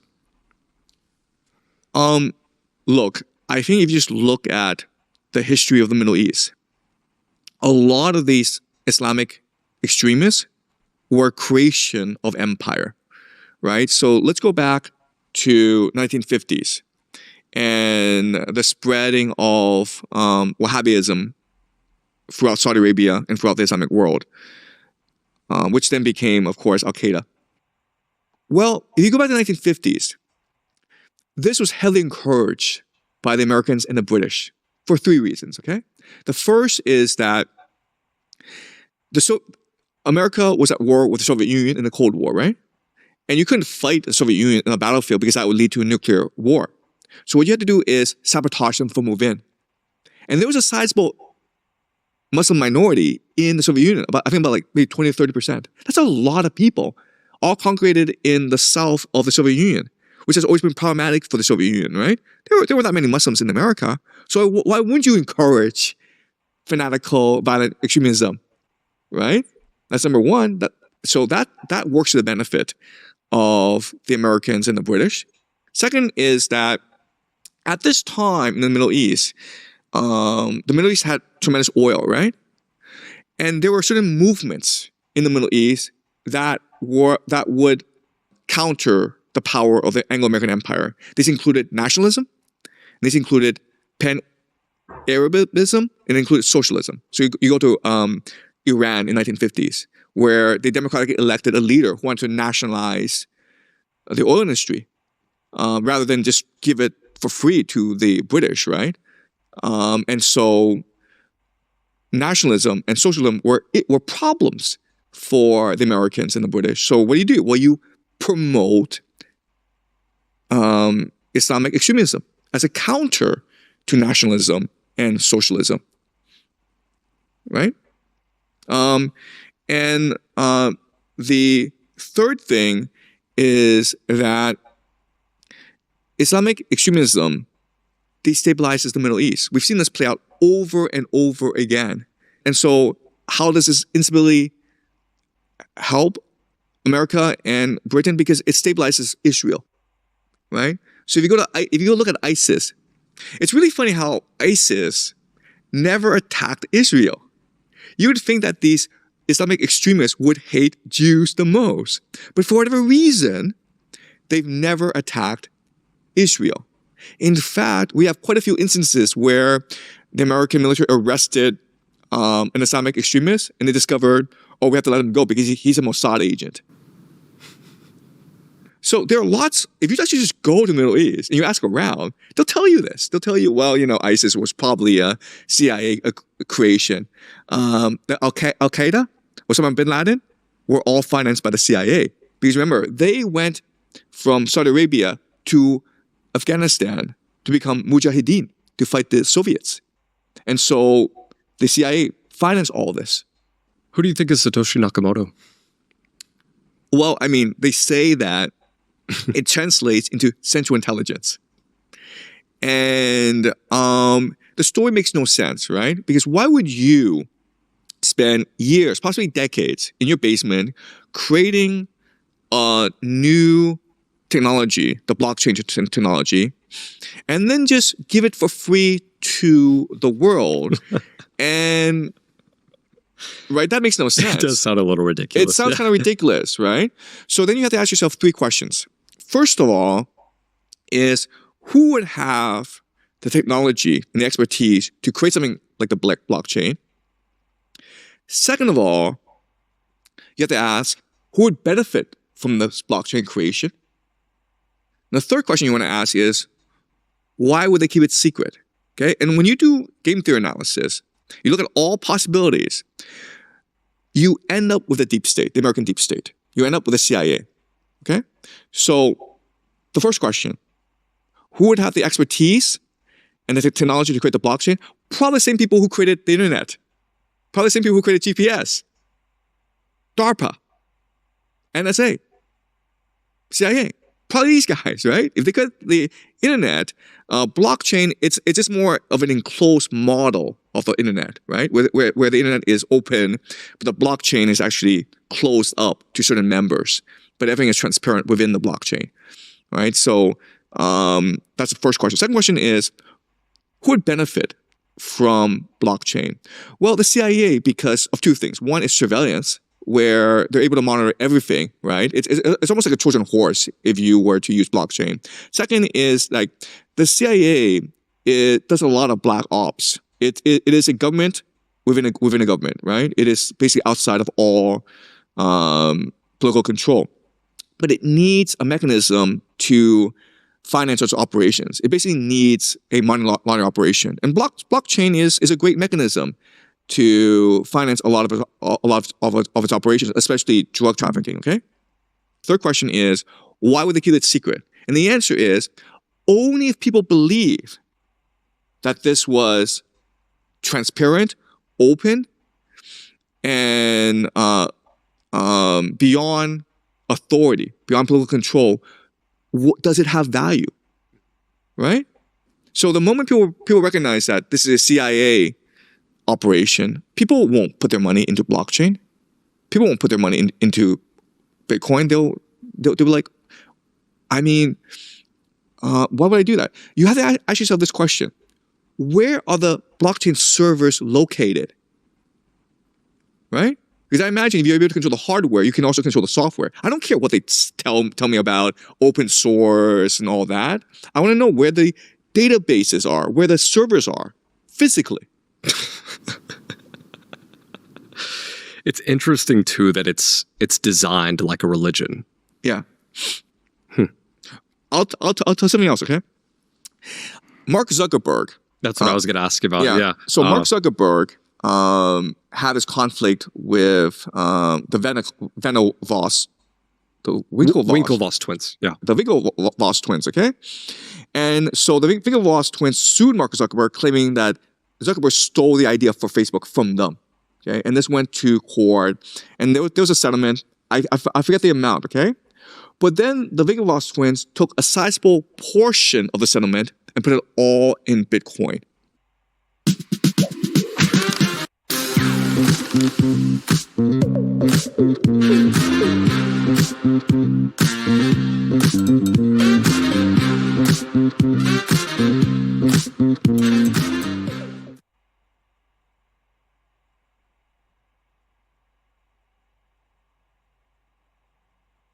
Bei Avis haben wir seit 80 Jahren das Wesentliche im Blick. Ihre Reise. Kostenlos bei Avis Preferred registrieren, 10% Rabatt und Priority Service sichern. Buchen Sie Ihren Mietwagen jetzt auf avis.de.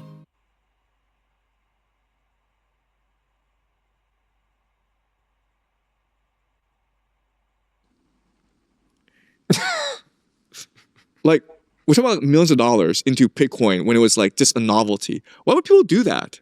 They're the largest individual owners today, I believe. I don't know that, but I'm just saying, like, back then, you know, when this was a novelty, when this was a niche thing, and these are not technologists, right? Why would they put millions and millions of dollars into this thing? That's really strange. Hey, you've said figures like Zuckerberg, Elon Musk, and Bill Gates are not geniuses, but front people. Sam Altman didn't invent ChatGPT or LLMs. Steve Jobs didn't invent the iPhone. Do you think the government invented social media and AI? So if you go back to the 1970s, the government had a huge credibility problem. And the Pentagon had put all this money into the internet as a surveillance tool, right? They wanted to promote the internet and computers as a way to control people. But the problem is, Americans had just experienced the Vietnam War. And there were the church committee hearings. And so Americans knew the CIA was this evil organization. So there was absolutely no trust in government. There was also the Watergate hearings. Before that, the assassinations of like Martin Luther King, JFK, RFK. Okay, so the government had absolutely no trust in government. So you needed a strategy of how to make people believe computers were safe and cute and innocuous. And the strategy they came up with is, let's just open source this to nerds, right? So if you're able to sell computers to the public, you go make the billions of dollars, right? So Steve Jobs partnered with Steve Wozniak, okay? And at that time, people don't know this, but Steve Wozniak was an employee of Hewlett-Packard, which is a defense contractor, okay?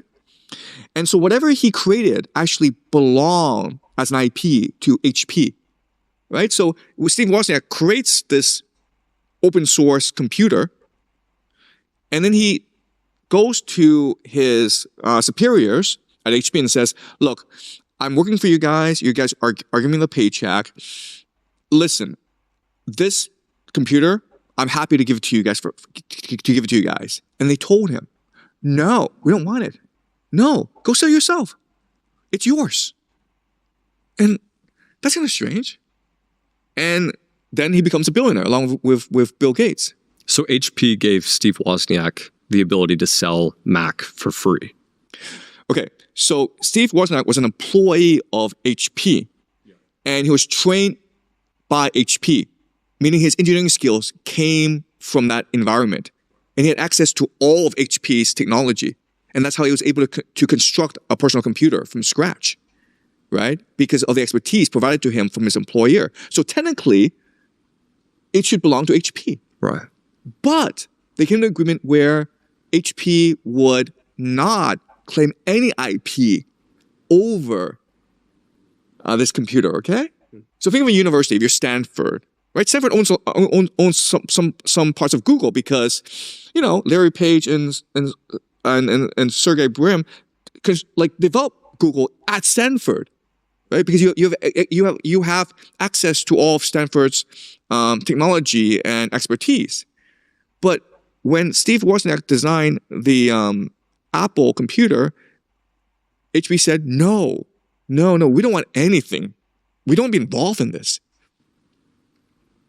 Right? And you have to ask yourself, why would they do that?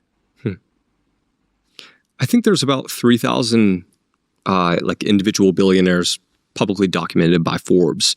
Like, did we, like 100 years ago, was that a thing where there were all these individual billionaires that had these come from nothing stories where they invented this great product and sold it? Or was that only a necessity after Vietnam?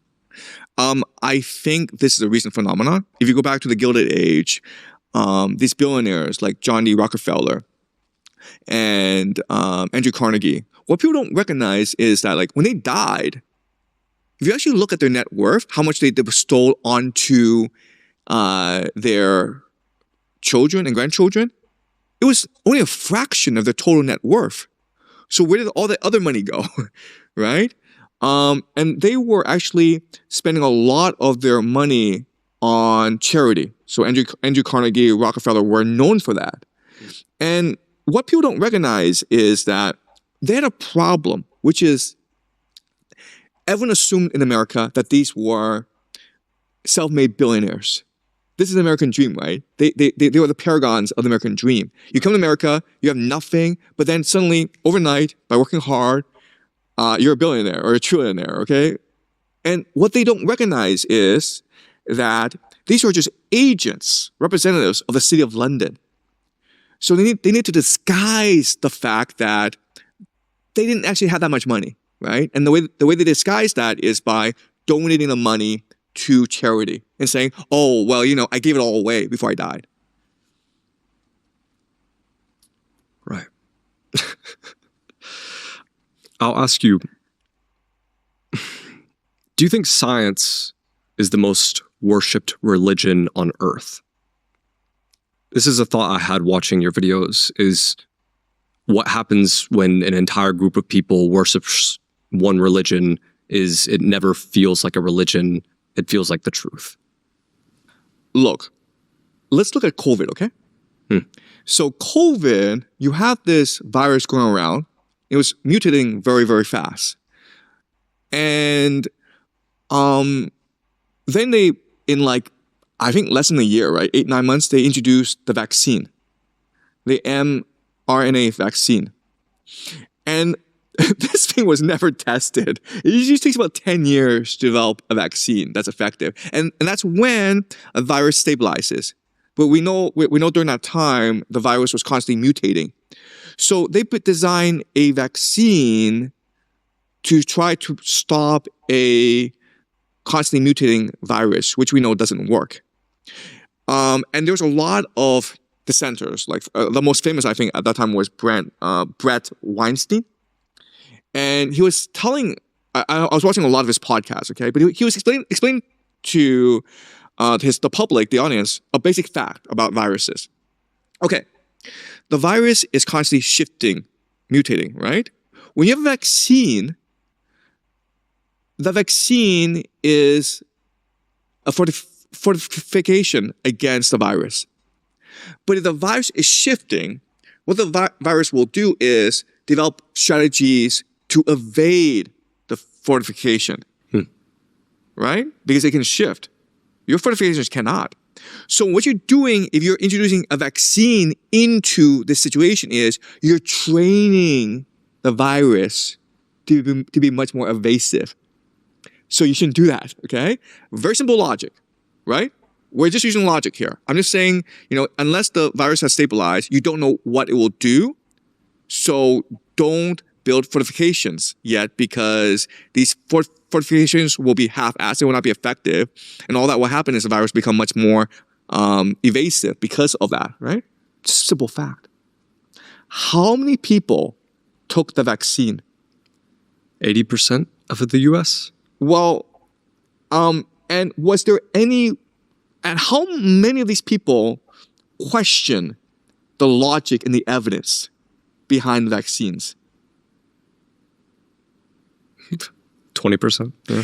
And after it was revealed that there might be some side effects to this vaccines, including myocarditis, okay, not strong evidence, but I'm saying there might be some side effects because whenever you introduce a new vaccine at scale to hundreds of millions of people, there's always going to be side effects, right? So, and myocarditis might be one of the side effects, but how many people question that? Not many. And when, CNN made fun of Joe Rogan for promoting ivermectin, even though ivermectin won a Nobel Prize, how many people thought CNN was correct? I mean, it's just astonishing how the vast majority of people during the COVID era shut off their brains and just accepted whatever science told them. And just stop asking the most fundamental, basic questions anyone should ask about anything. Do you think it's fair to say that the most popular religion is one that never feels like a religion? I would say so, yeah.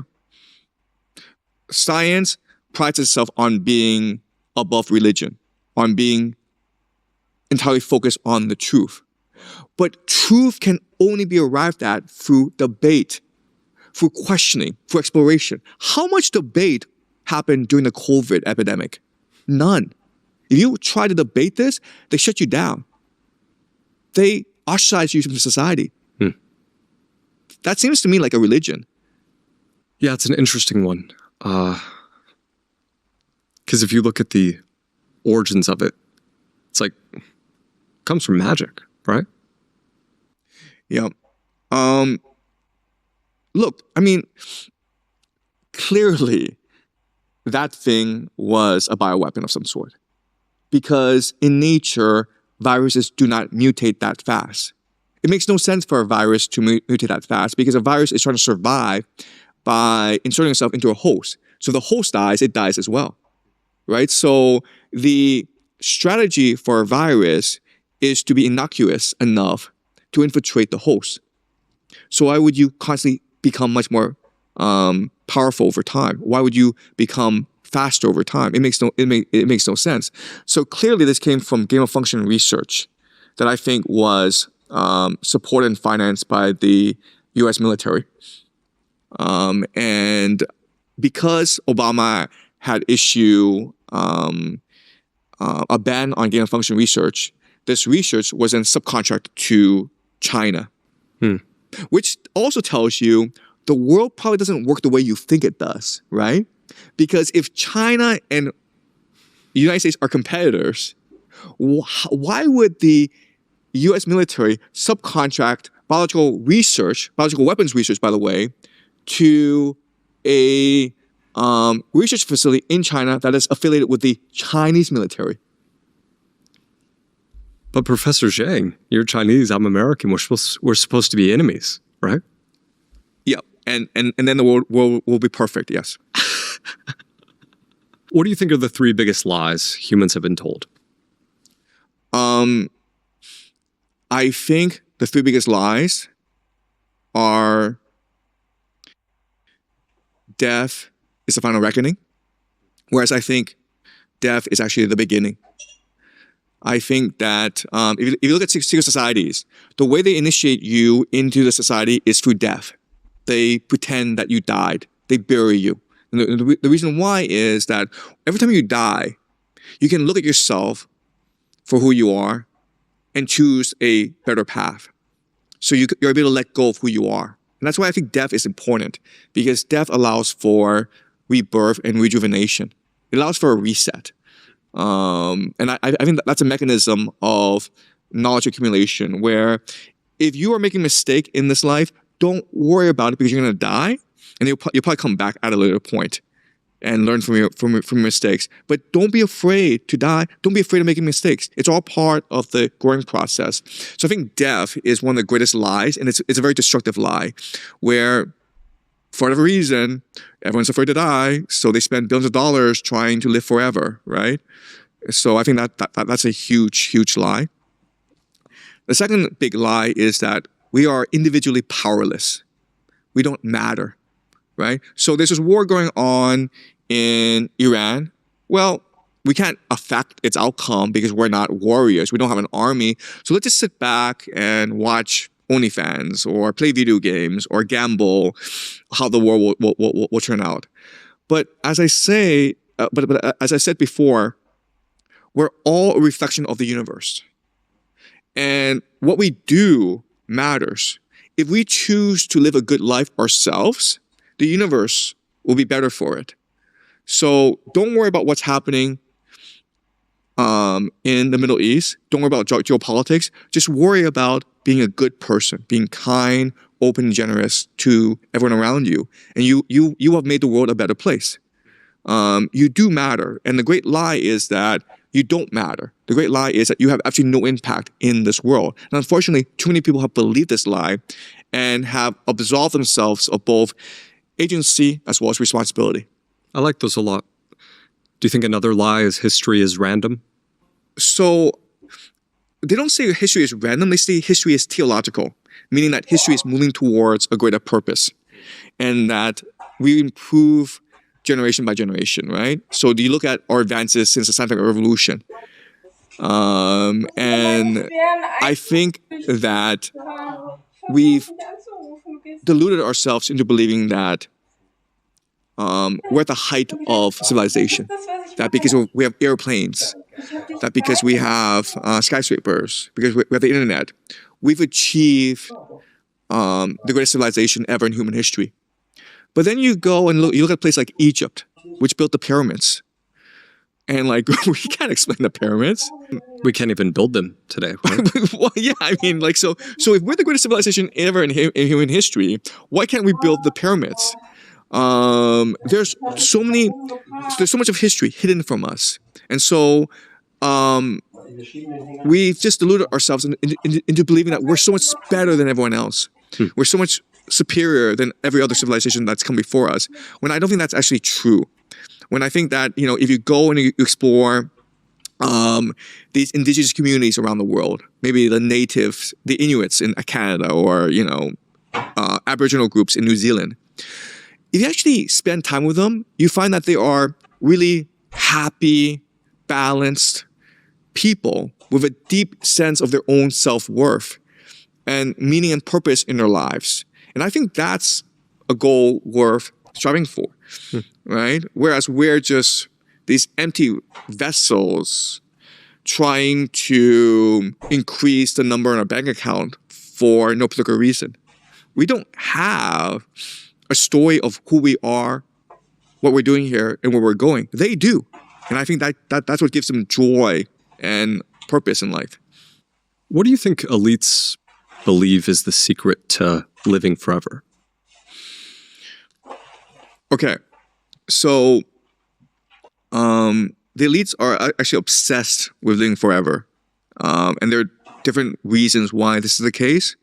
Some have speculated that it's because they in their hearts know all the evil they've done, so they're afraid of like the reckoning when they face God. They're afraid of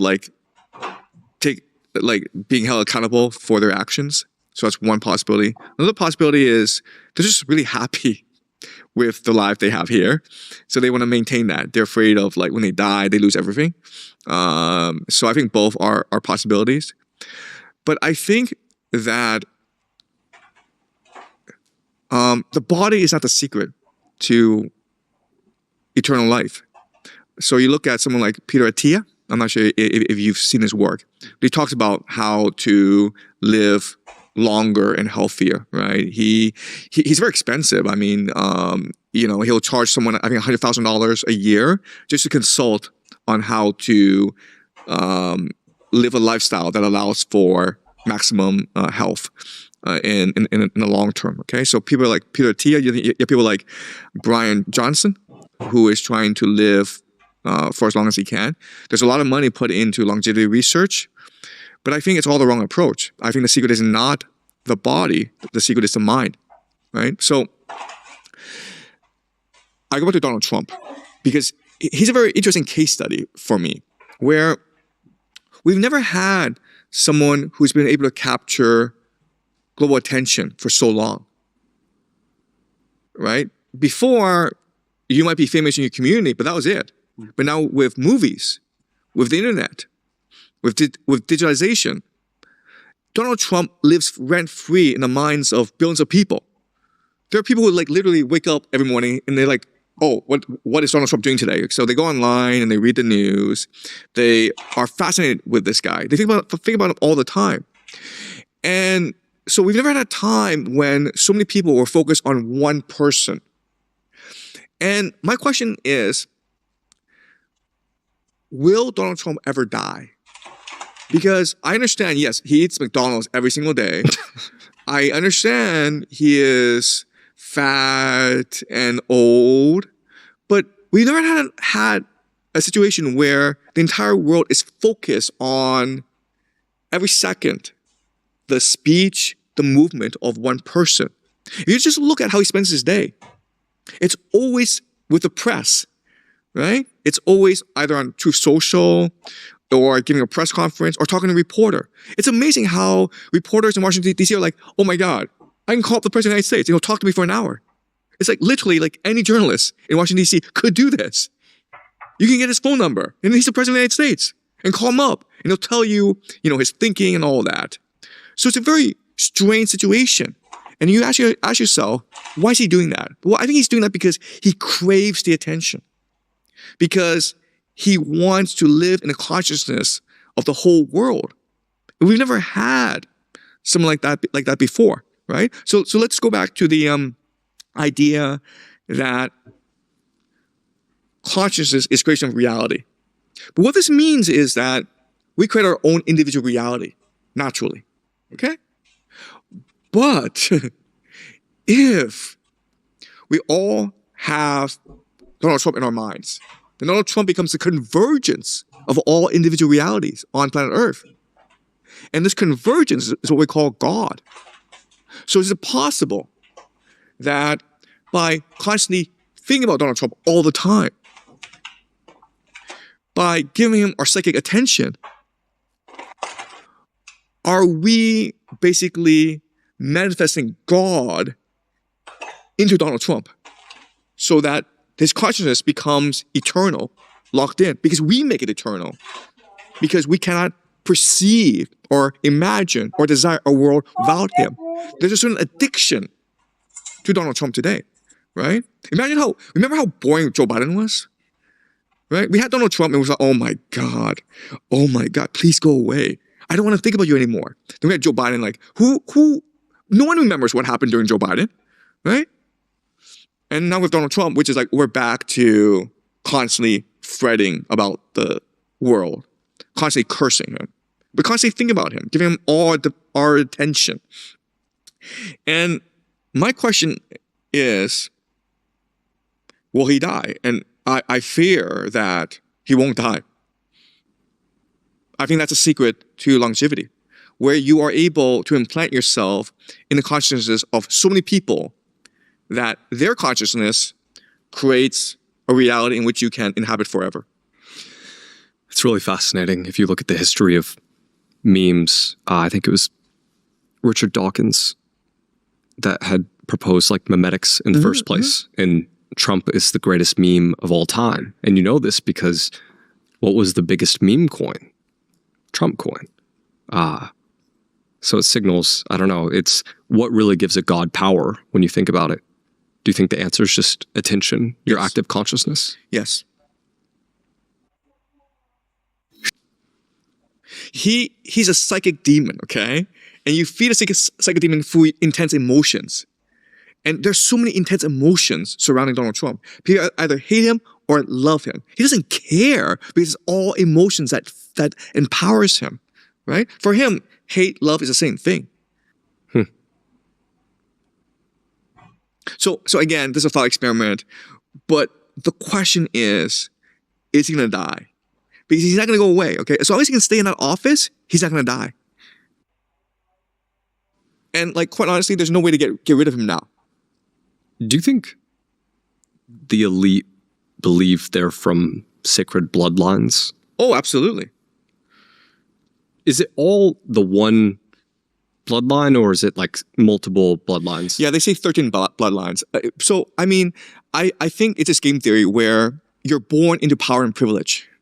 And you go to places like Andover, Yale, Harvard Law School, and you meet people who are smarter than you are. So how can you explain to yourself why you're more powerful than these people? And the answer is, my blood is better. My blood is pure. I have dragon blood. I have divine blood from Hercules, from Achilles, from Alexander the Great. That's why I should rule the world. Because I'm not going to give up my position. I'm not going to admit that this other guy is better than I am. I should rule.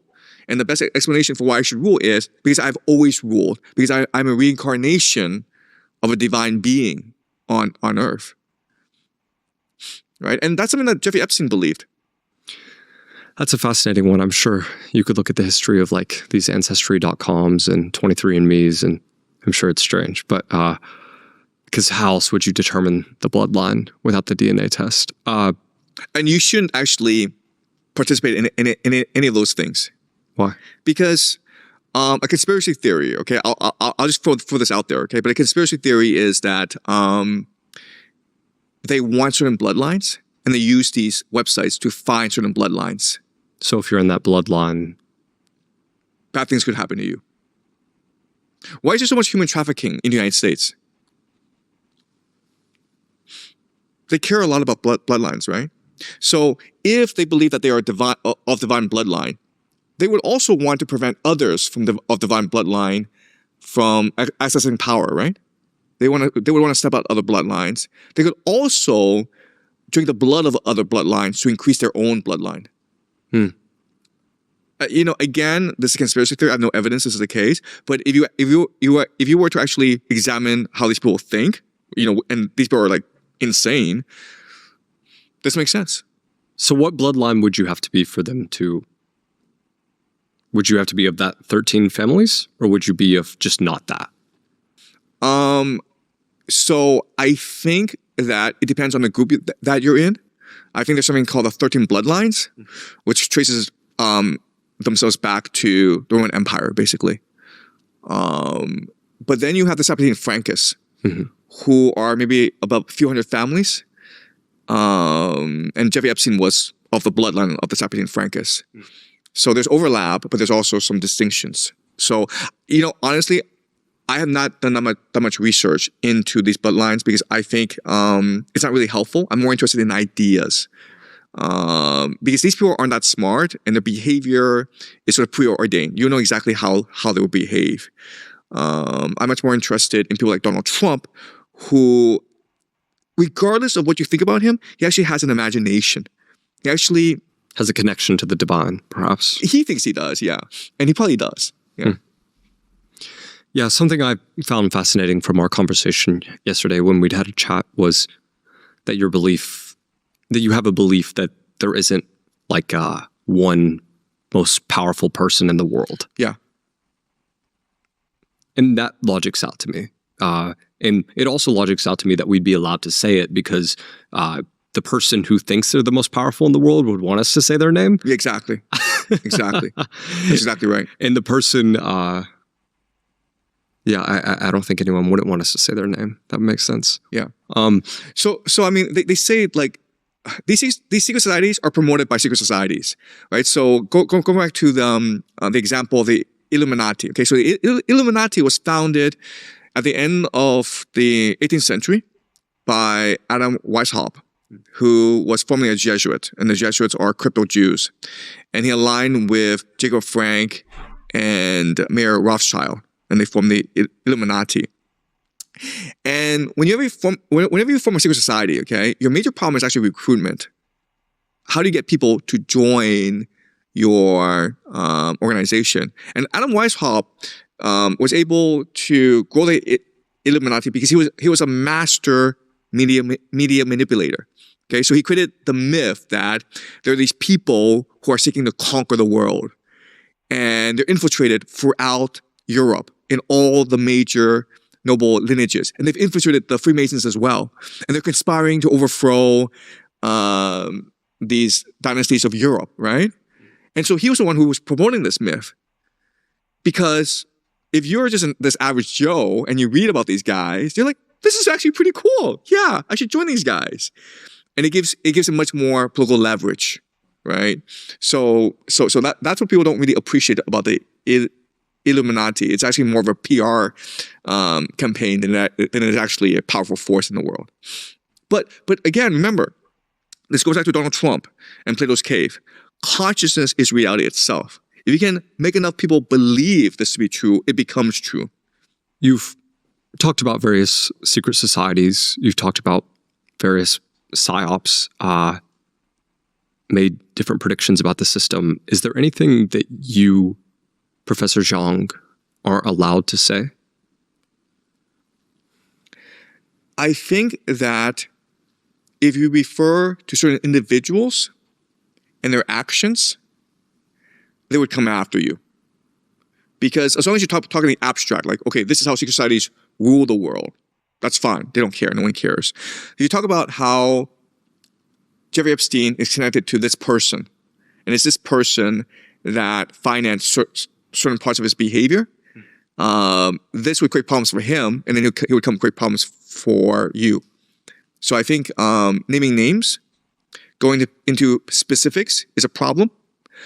Another problem is, let's just say I had access to confidential information that someone shared with me, and I were to reveal that to you. Well, that would be a problem, because then I would have betrayed that person. Right.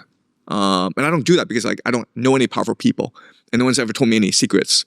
Right. So a lot of things I do is based on speculation, based on analysis, and no one cares if you do that. But again, if you name someone powerful and you reveal certain of his behavior that can be that can be used as legal evidence against him, that can cause for incrimination against him, that would be a problem. If you had information revealed to you by a confidential source, and you were to reveal this confidential information to other people and make it public, that would set you up for retribution as well. So I would say these two things. Most of your critics say that what you're doing is technically illegal in your home country, and the only reason you haven't gotten in trouble is because you're a CCP asset or a CIA asset or an MI6 asset. Professor Jiang, are you a spy? Okay, sure. So let me respond to the question, how am I allowed to do what I do in China? And the reason is that I'm actually not part of the Chinese system. So the Chinese system is set up to control the behavior of Chinese citizens. And so it's a very complicated bureaucracy. I'm not a Chinese citizen. I'm not a participant in the Chinese system. I'm a foreigner hired to teach English at a private school. That's my identity. That's my role in China. And foreigners are given a lot of leeway in China. Like, we operate in a gray zone where we don't really matter, and we're sort of like tolerated, but we don't really matter, okay? And so an example of this is, if you have a Chinese ID, then you're part of the Chinese AI surveillance grid, meaning that everything that you say is monitored. Everything that you do is monitored.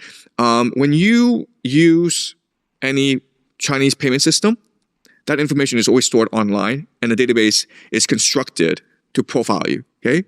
But it's a system designed for Chinese citizens. And why you do that is you're not interested in individual behavior, you're interested in collective behavior. So you're trying to figure out this person's social network. And then you can profile this social network and then use mechanisms to manipulate that social network. Okay, does that make sense to you? Yeah. Okay. In other words, I don't matter. I'm not part of the system. Whatever I do does not impact how the system is run and managed. Okay. The system is meant to control the people internal to China, not external to it. China has absolutely no desire to conquer the world because it'd be a pain in the ass. Right. That's a lot. That's why I'm allowed to do what I do. As long as I'm not on social media in China, as long as I do not do public speeches in China, as long as I don't talk to Chinese reporters, I don't matter in the system. Okay. But the moment, okay, and this is a caveat, the moment I decide, you know what, I want to be famous in China. I want to set up a social media account. I want to give speeches and generate income. Now I'm a problem, right? So I make that distinction where I choose freedom, but I also choose not to engage in lucrative opportunities in China. But if I were to engage in lucrative opportunities, then I would be expected to say certain things that promote the party line in the world and in China. Like if you saw an American influencer, perhaps, speaking Chinese to a classroom of American students, and they were talking about the topics you're talking about, but like for China, like what would you think that is going on? Like if you saw an American influencer, perhaps, speaking Chinese to a classroom of American students, and they were talking about the topics you're talking about, but like for China, like what would you think that is going on? I would have absolutely no idea what's going on. I'd be like, first of all, who is this guy and where's he getting his information? Second of all, I'd be like, why is he allowed to teach his stuff to students? I mean, like, doesn't he have a supervisor? Isn't there like a high school principal that oversees the curriculum? And then third of all, it's like, what motivates this guy? Why is he doing what he's doing? Because like, this is not going to help kids get into college. It's not going to help them do well on the SAT. This is all just silly. I would have absolutely no idea what's going on. I'd be completely confused. I'd be flabbergasted by this guy. I would have absolutely no idea who he is. I would not know why he's doing what he's doing. And I'd be confused as to how he's able to get away with this crap. And do you feel like your answers so far have answered that pretty fully? If you just go into my history, I do all sorts of strange things. People who know me aren't surprised by what I do. They're surprised by how famous I've become, but they're not surprised by what I do. I'm just a strange guy, right? Because I went to Yale, and I come to China, and I spend my entire life here just teaching, and I'm like impoverished as compared to my Yale classmates, right? Who've become lawyers and doctors and who live very respectable lives on the Upper West Side in New York. So when I first got into Yale,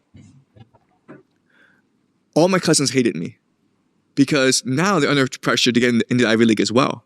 And then like 10 years later, I hear a story of how my cousin got into a fight with his mother. And his mother said to him, you have to work harder because you want to be like Uncle Jiang and get into Yale. And then the cousin was like, yeah, Mom, but he went back to China. And that ended the conversation. I was never mentioned again in that household.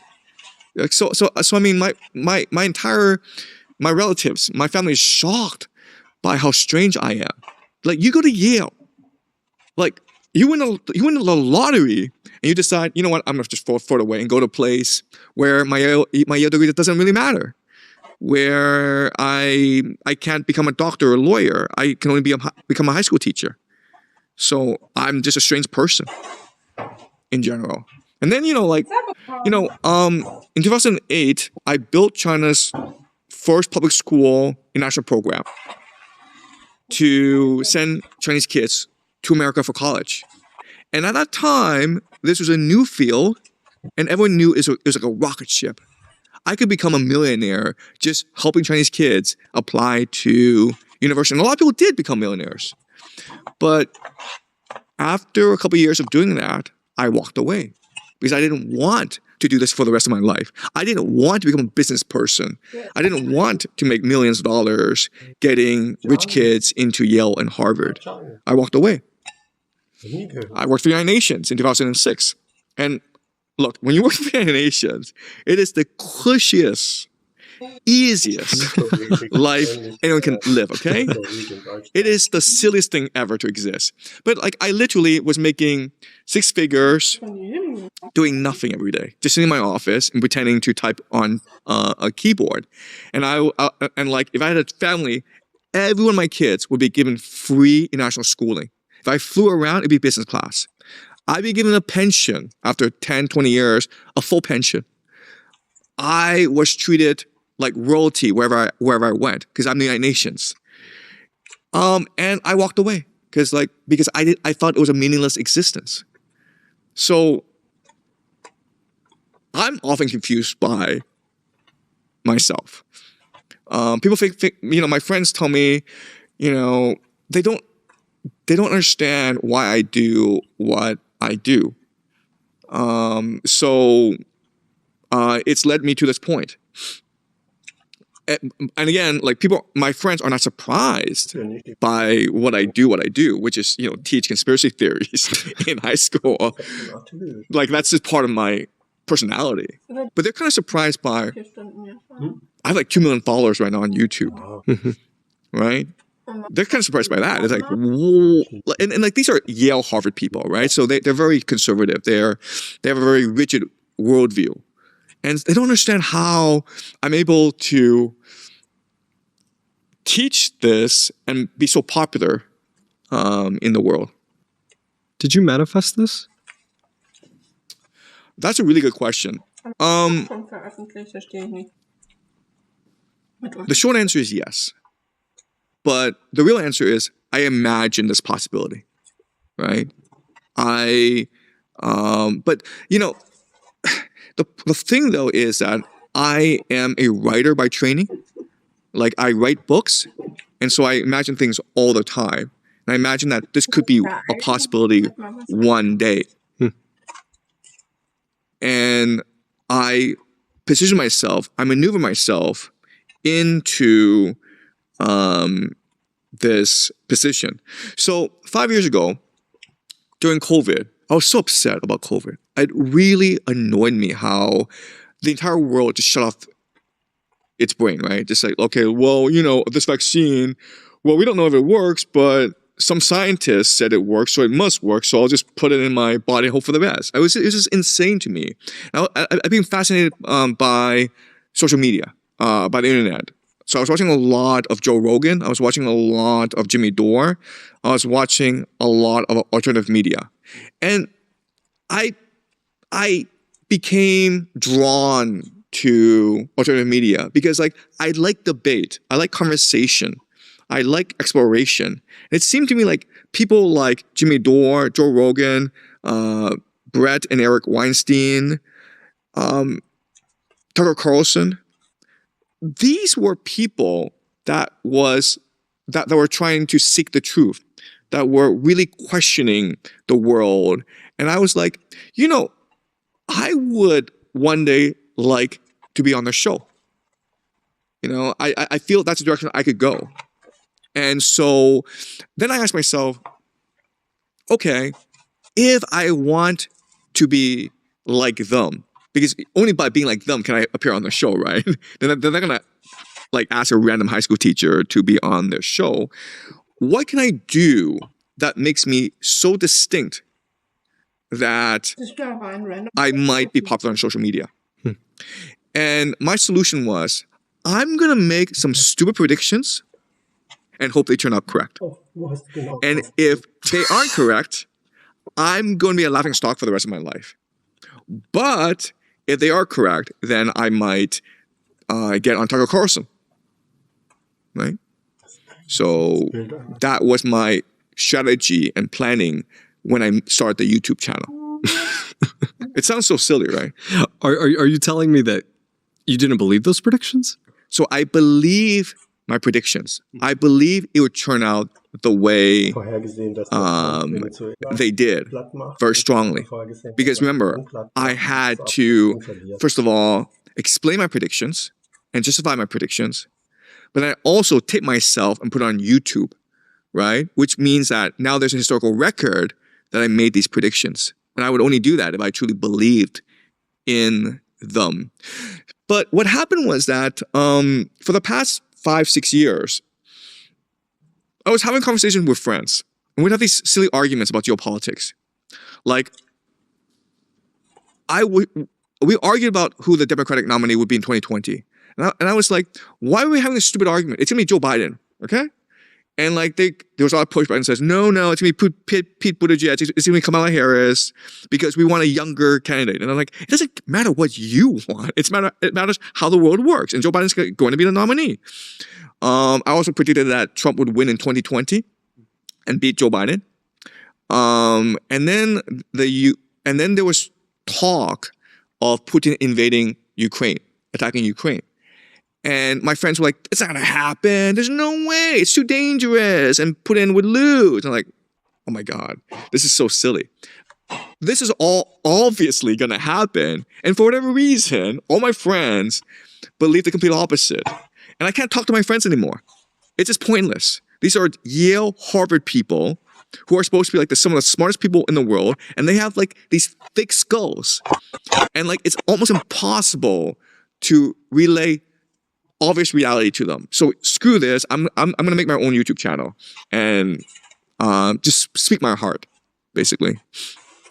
Do you think the reason you're able to nail some of these predictions is because you went into Yale as a poor kid and just saw how these rich, like elite, that type of consciousness, that group identity, like how they behave and how they win games, and like you were just able to see it for what it is, and they're so stuck inside of it that they can't see it, they're too biased? Okay, so the thing about Yale is when you're a poor kid and you get in a place like Yale, which is like, I mean, the height of elite power, okay? You're traumatized by the event. All my time at Yale, I felt like an imposter, like I don't really belong here. And you're traumatized by the alienation because you don't belong here, because you're not rich, and they don't actually want to talk to you. And so Yale was an alienating and traumatic experience for me. And when that happens, you disassociate, right? So I wasn't actually observing how power works because I was never invited to their parties anyway. And I was not friends with them. So I didn't understand how power works. And so I developed a very naive understanding of the world, which was that the world was a meritocracy, which is like the best ideas will always win out. So it didn't matter if I didn't have any friends. It didn't matter if I didn't have any money. It didn't matter if I didn't have any connections. All it mattered was if I just did the best job possible, whatever I did, I'd be successful. And that was my understanding leaving Yale. And so I go out into the world and I try many different things. I tried being a journalist. I tried being a documentary filmmaker. And no matter what I did, it was failure after failure. And I didn't think that the people who were my colleagues in these industries were necessarily better than I was. And I was sort of surprised by this. And I became very angry at myself for not succeeding. Because I thought the entire point of going to Yale was to be successful, and I was not succeeding. So I became very anxious. I became very depressed. And for many years, I sunk into a deep depression. And no matter what I did, I couldn't escape my depression. And then in 2008, I got a job building and managing China's first public school study abroad program. And that's successful. But the process of building the program left me traumatized because I spent my entire heart and soul into building the program to validate myself. And I couldn't control myself emotionally. And I got into a fight with my boss, and so he fired me, or I quit, whatever, you know. But after that, I was like, clearly there's something wrong with me. Clearly I need to think about who I am, how I got to this point, and how I can improve myself. So I wrote an article at that time called 3 Things Yale Didn't Teach Me. And I listed 3 fundamental problems with my education, my own psychology. And the first problem is I thought that IQ was the end-all and be-all. So if you're able to articulate yourself clearly, if you're able to do math, well, you should be president of the United States. Whereas if you are not able to articulate clearly, then you should be a janitor, okay? So I saw the world through the lens of IQ. I didn't appreciate that the world was much more diverse than I believed. That's the first issue. Second issue is I believe the world was a zero-sum competition. So I'm on YouTube, and so I need to have the most YouTube views, have the most YouTube subscribers. Otherwise, I'm nothing. And so I saw everyone as a competitor. I couldn't take pleasure in the pleasure of others. I when others were happy, I became very unhappy because like, why were they happier than I was? Okay, so I saw the world through that lens. And the third problem is I saw failure not as an opportunity to grow and to learn, but as a testament to my own deficiencies. So I was afraid to fail. I didn't want to lose. It was the most traumatic experience to fail and to lose. And so I recognized that these three things were setting me back. And I needed to reinvent myself. I needed to die, basically. I needed to kill myself. And so what I did was this. I redesigned my Yale education. Right? At Yale, you just went to school with the best and the brightest. You were taught by professors who were eloquent, who were very scholarly. And so I said, I'm going to throw myself into the world. I'm going to interact with ordinary people and do ordinary things. Right? So I signed up for cooking school. And the first day I go to cooking school, I manifested myself that, oh, in a year's time, I will be the world's greatest chef.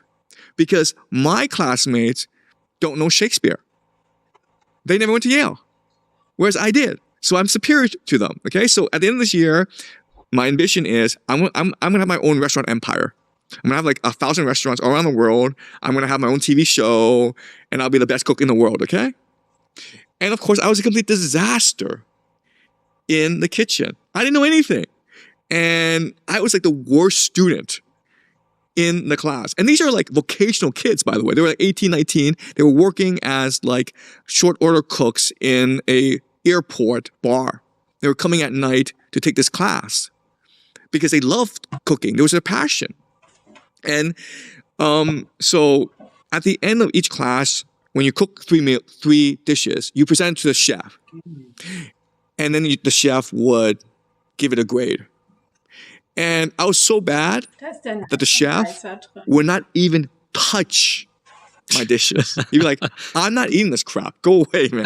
And I was like, what is wrong with you people? Don't you people know I went to Yale? Like, what is wrong with you idiots? But I was just a disaster as a cooking student.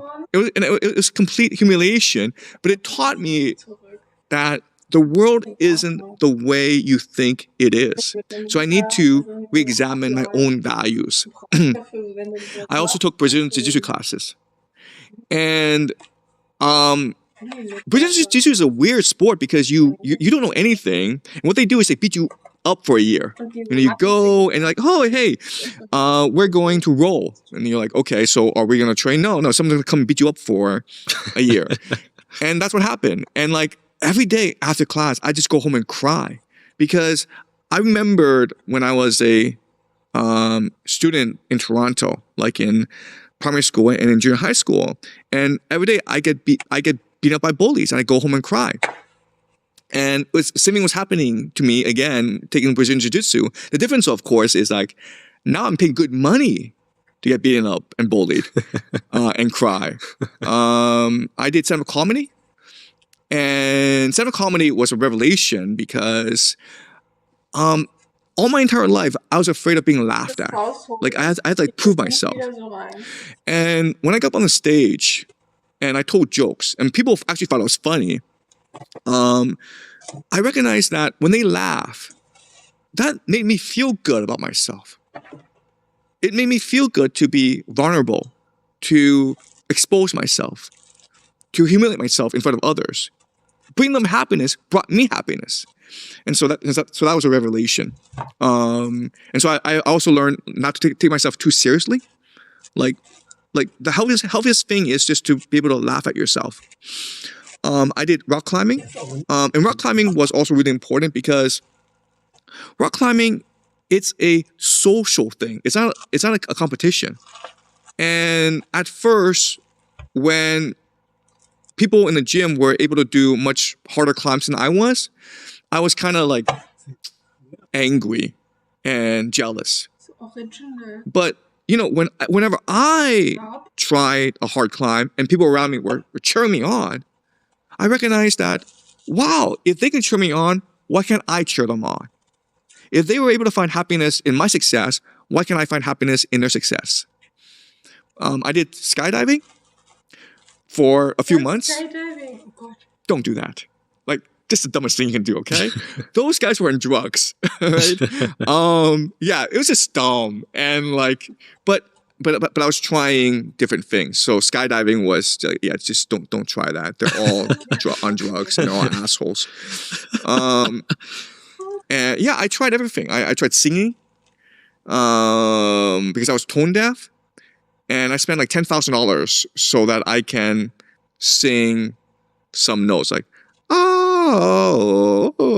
something like that. I can't sing, okay? But like, it was just a lot of money. And every day, my teacher was just shouting at me and saying, "You're an idiot. You can't, sing." And that was also a humiliating experience that taught me to be much more, to have much more empathy in life.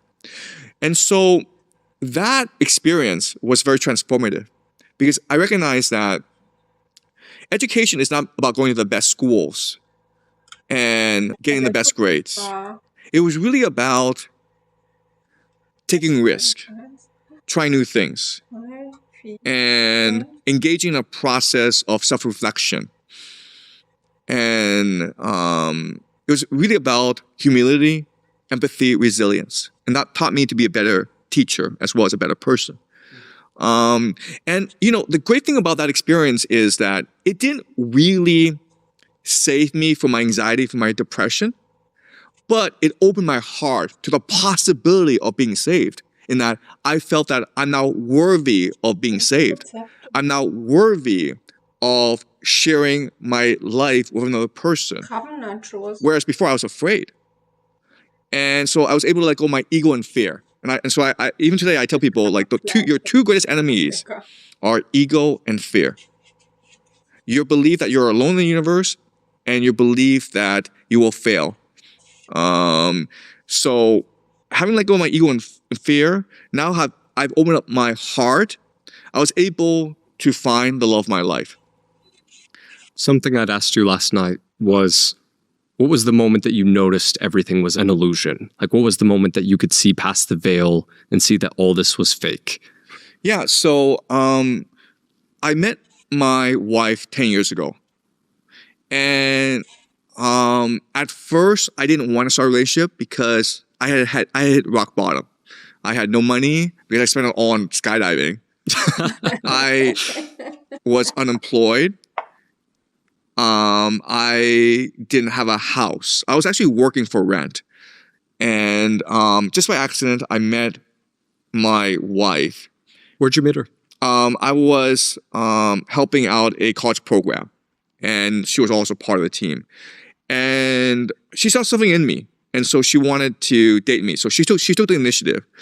And I was kind of indifferent. But we went out a few times and we just connected. We just clicked. And we were able to be intimate with each other. And so one thing led to another. And then we were married. We had our first child. Now we have 3 kids. And throughout this time, I was afraid that this was just an illusion, that this was not real, that she'll eventually wake up and say, "Oh my God, why am I dating an unemployed middle-aged man who might be gay? Why am I doing that?"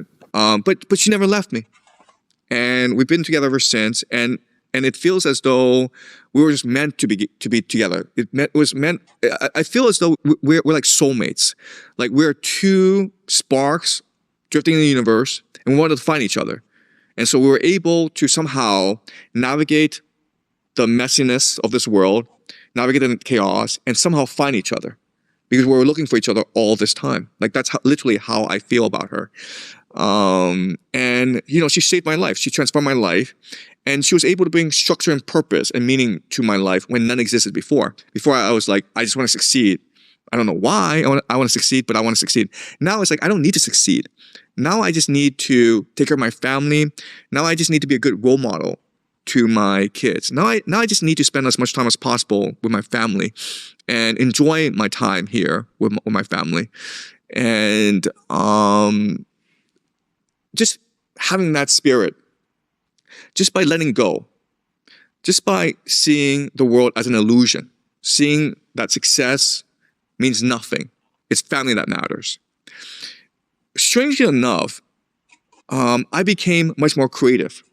I wrote a book that was published in China. I wrote a series of science fiction novels. It was just a time of tremendous creative output. And I started to teach. And when I teach, I was not interested in just teaching English. I wanted to be a role model to my kids. I wanted to be able to teach my kids. And so I started to teach the great books: Homer, Dante, Plato, Immanuel Kant. And I had very little exposure to a lot of these books. And so I set myself on learning them as much as possible.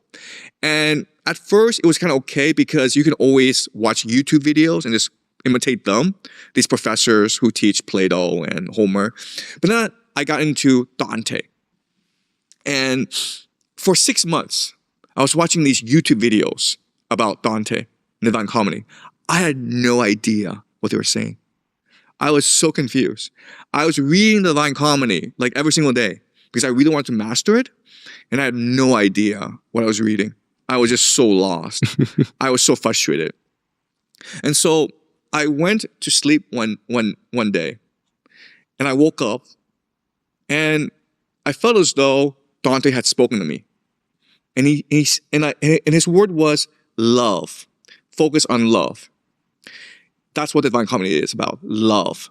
And so I started to reread it again, and then things started to unpack themselves, slowly reveal themselves before me, and it wasn't at once, but it was as though before I just saw gray. And now I'm able to see color, slowly, piece by piece. And then I recognize something, which is the universe is divine. The universe is alive. The universe is conscious. And if you have the faith, if you have the love in your heart, it will speak back to you. It will guide you. It will lead you to the light. But first, you have to open yourself to love. Love is the great secret of the universe. Right. Professor Jiang, you've spent your life studying how powerful people enslave the weak. You know how war, religion, and debt are used to create fear and give them control.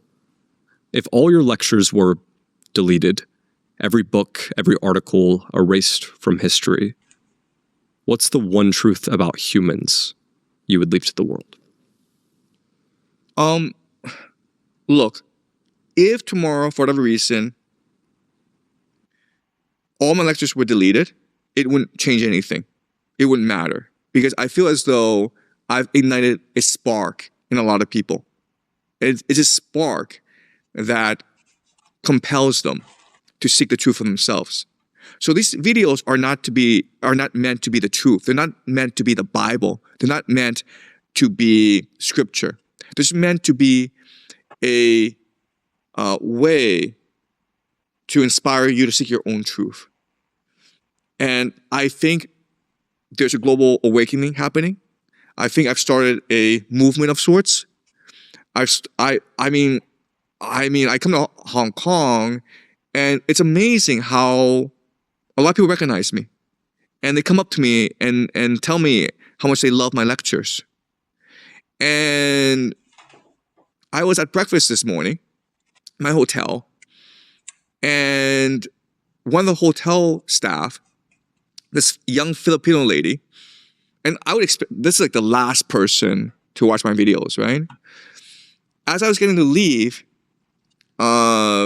she said to me, "Goodbye, Professor Jiang." So she recognized me. And this is a, Filipino lady working as a waitress in a hotel in Hong Kong. So it's amazing the impact I've had already. And I think that once you ignite that spark in people, it changes just the entire way they see the world. And you can never go back. I guess, what's the best piece of advice you've ever received? Don't chase pussy. So I'll tell you a story where I was a young teacher, aspiring journalist in Beijing. This is about the year 1999, and I had just graduated from Yale. This is the autumn. And a journalist friend calls me and says, so there's this famous American writer, Gay Talese. You probably haven't heard of him. He's like 94 this year, okay? He's a very famous writer. Probably like the last great living American writer. He was off the Kurt Vonnegut, Tom Wolfe, David Hammerstein generation, and they're all dead. He's still alive. And I was his assistant for 6 months because he needed a translator. And so I followed him everywhere. And I was translating for him. And he saw me as a son. He saw me as a protege. He was very supportive. And we've stayed in touch all these decades. We email each other now and then. And the best advice he gave me, which still sticks in my mind, is don't chase pussy. Because, first of all, he's a very attractive man who's, had many relationships in the past. So the turning point in his life is he's married to a woman named Nan Talese, and she is a very famous editor at Random House. And in 1970s, they were walking in Times Square after dinner. Gay Talese goes out every single night, and he hangs out with like the most famous people in New York, like people like Truman Capote, George Plimpton. They're all like very good friends. And he got interested in a massage parlor, which was basically a brothel. And he went in, and this started his book called Thy Neighbor's Wife, which is looking at promiscuity in America. And to research the book, he participated in sex orgies in California. He became a brothel manager in New York. He participated in sex cults. So he did all that. The problem is that his wife, Nan Talese, would find out about this because every Sunday she'd read the New York Times, and there's an article about him having an orgy in California. And that sort of ruined their marriage, as you can imagine. They're still married, actually. It's really interesting how they're still married after all that. And this was the 1970s, by the way. So that's just the power of love. But I would not want to do what he did. I would not want to participate in a sex cult, or start a sex cult, by the way. And then have my wife find out about it online because some guy, some YouTuber made a video about it. So don't chase pussy.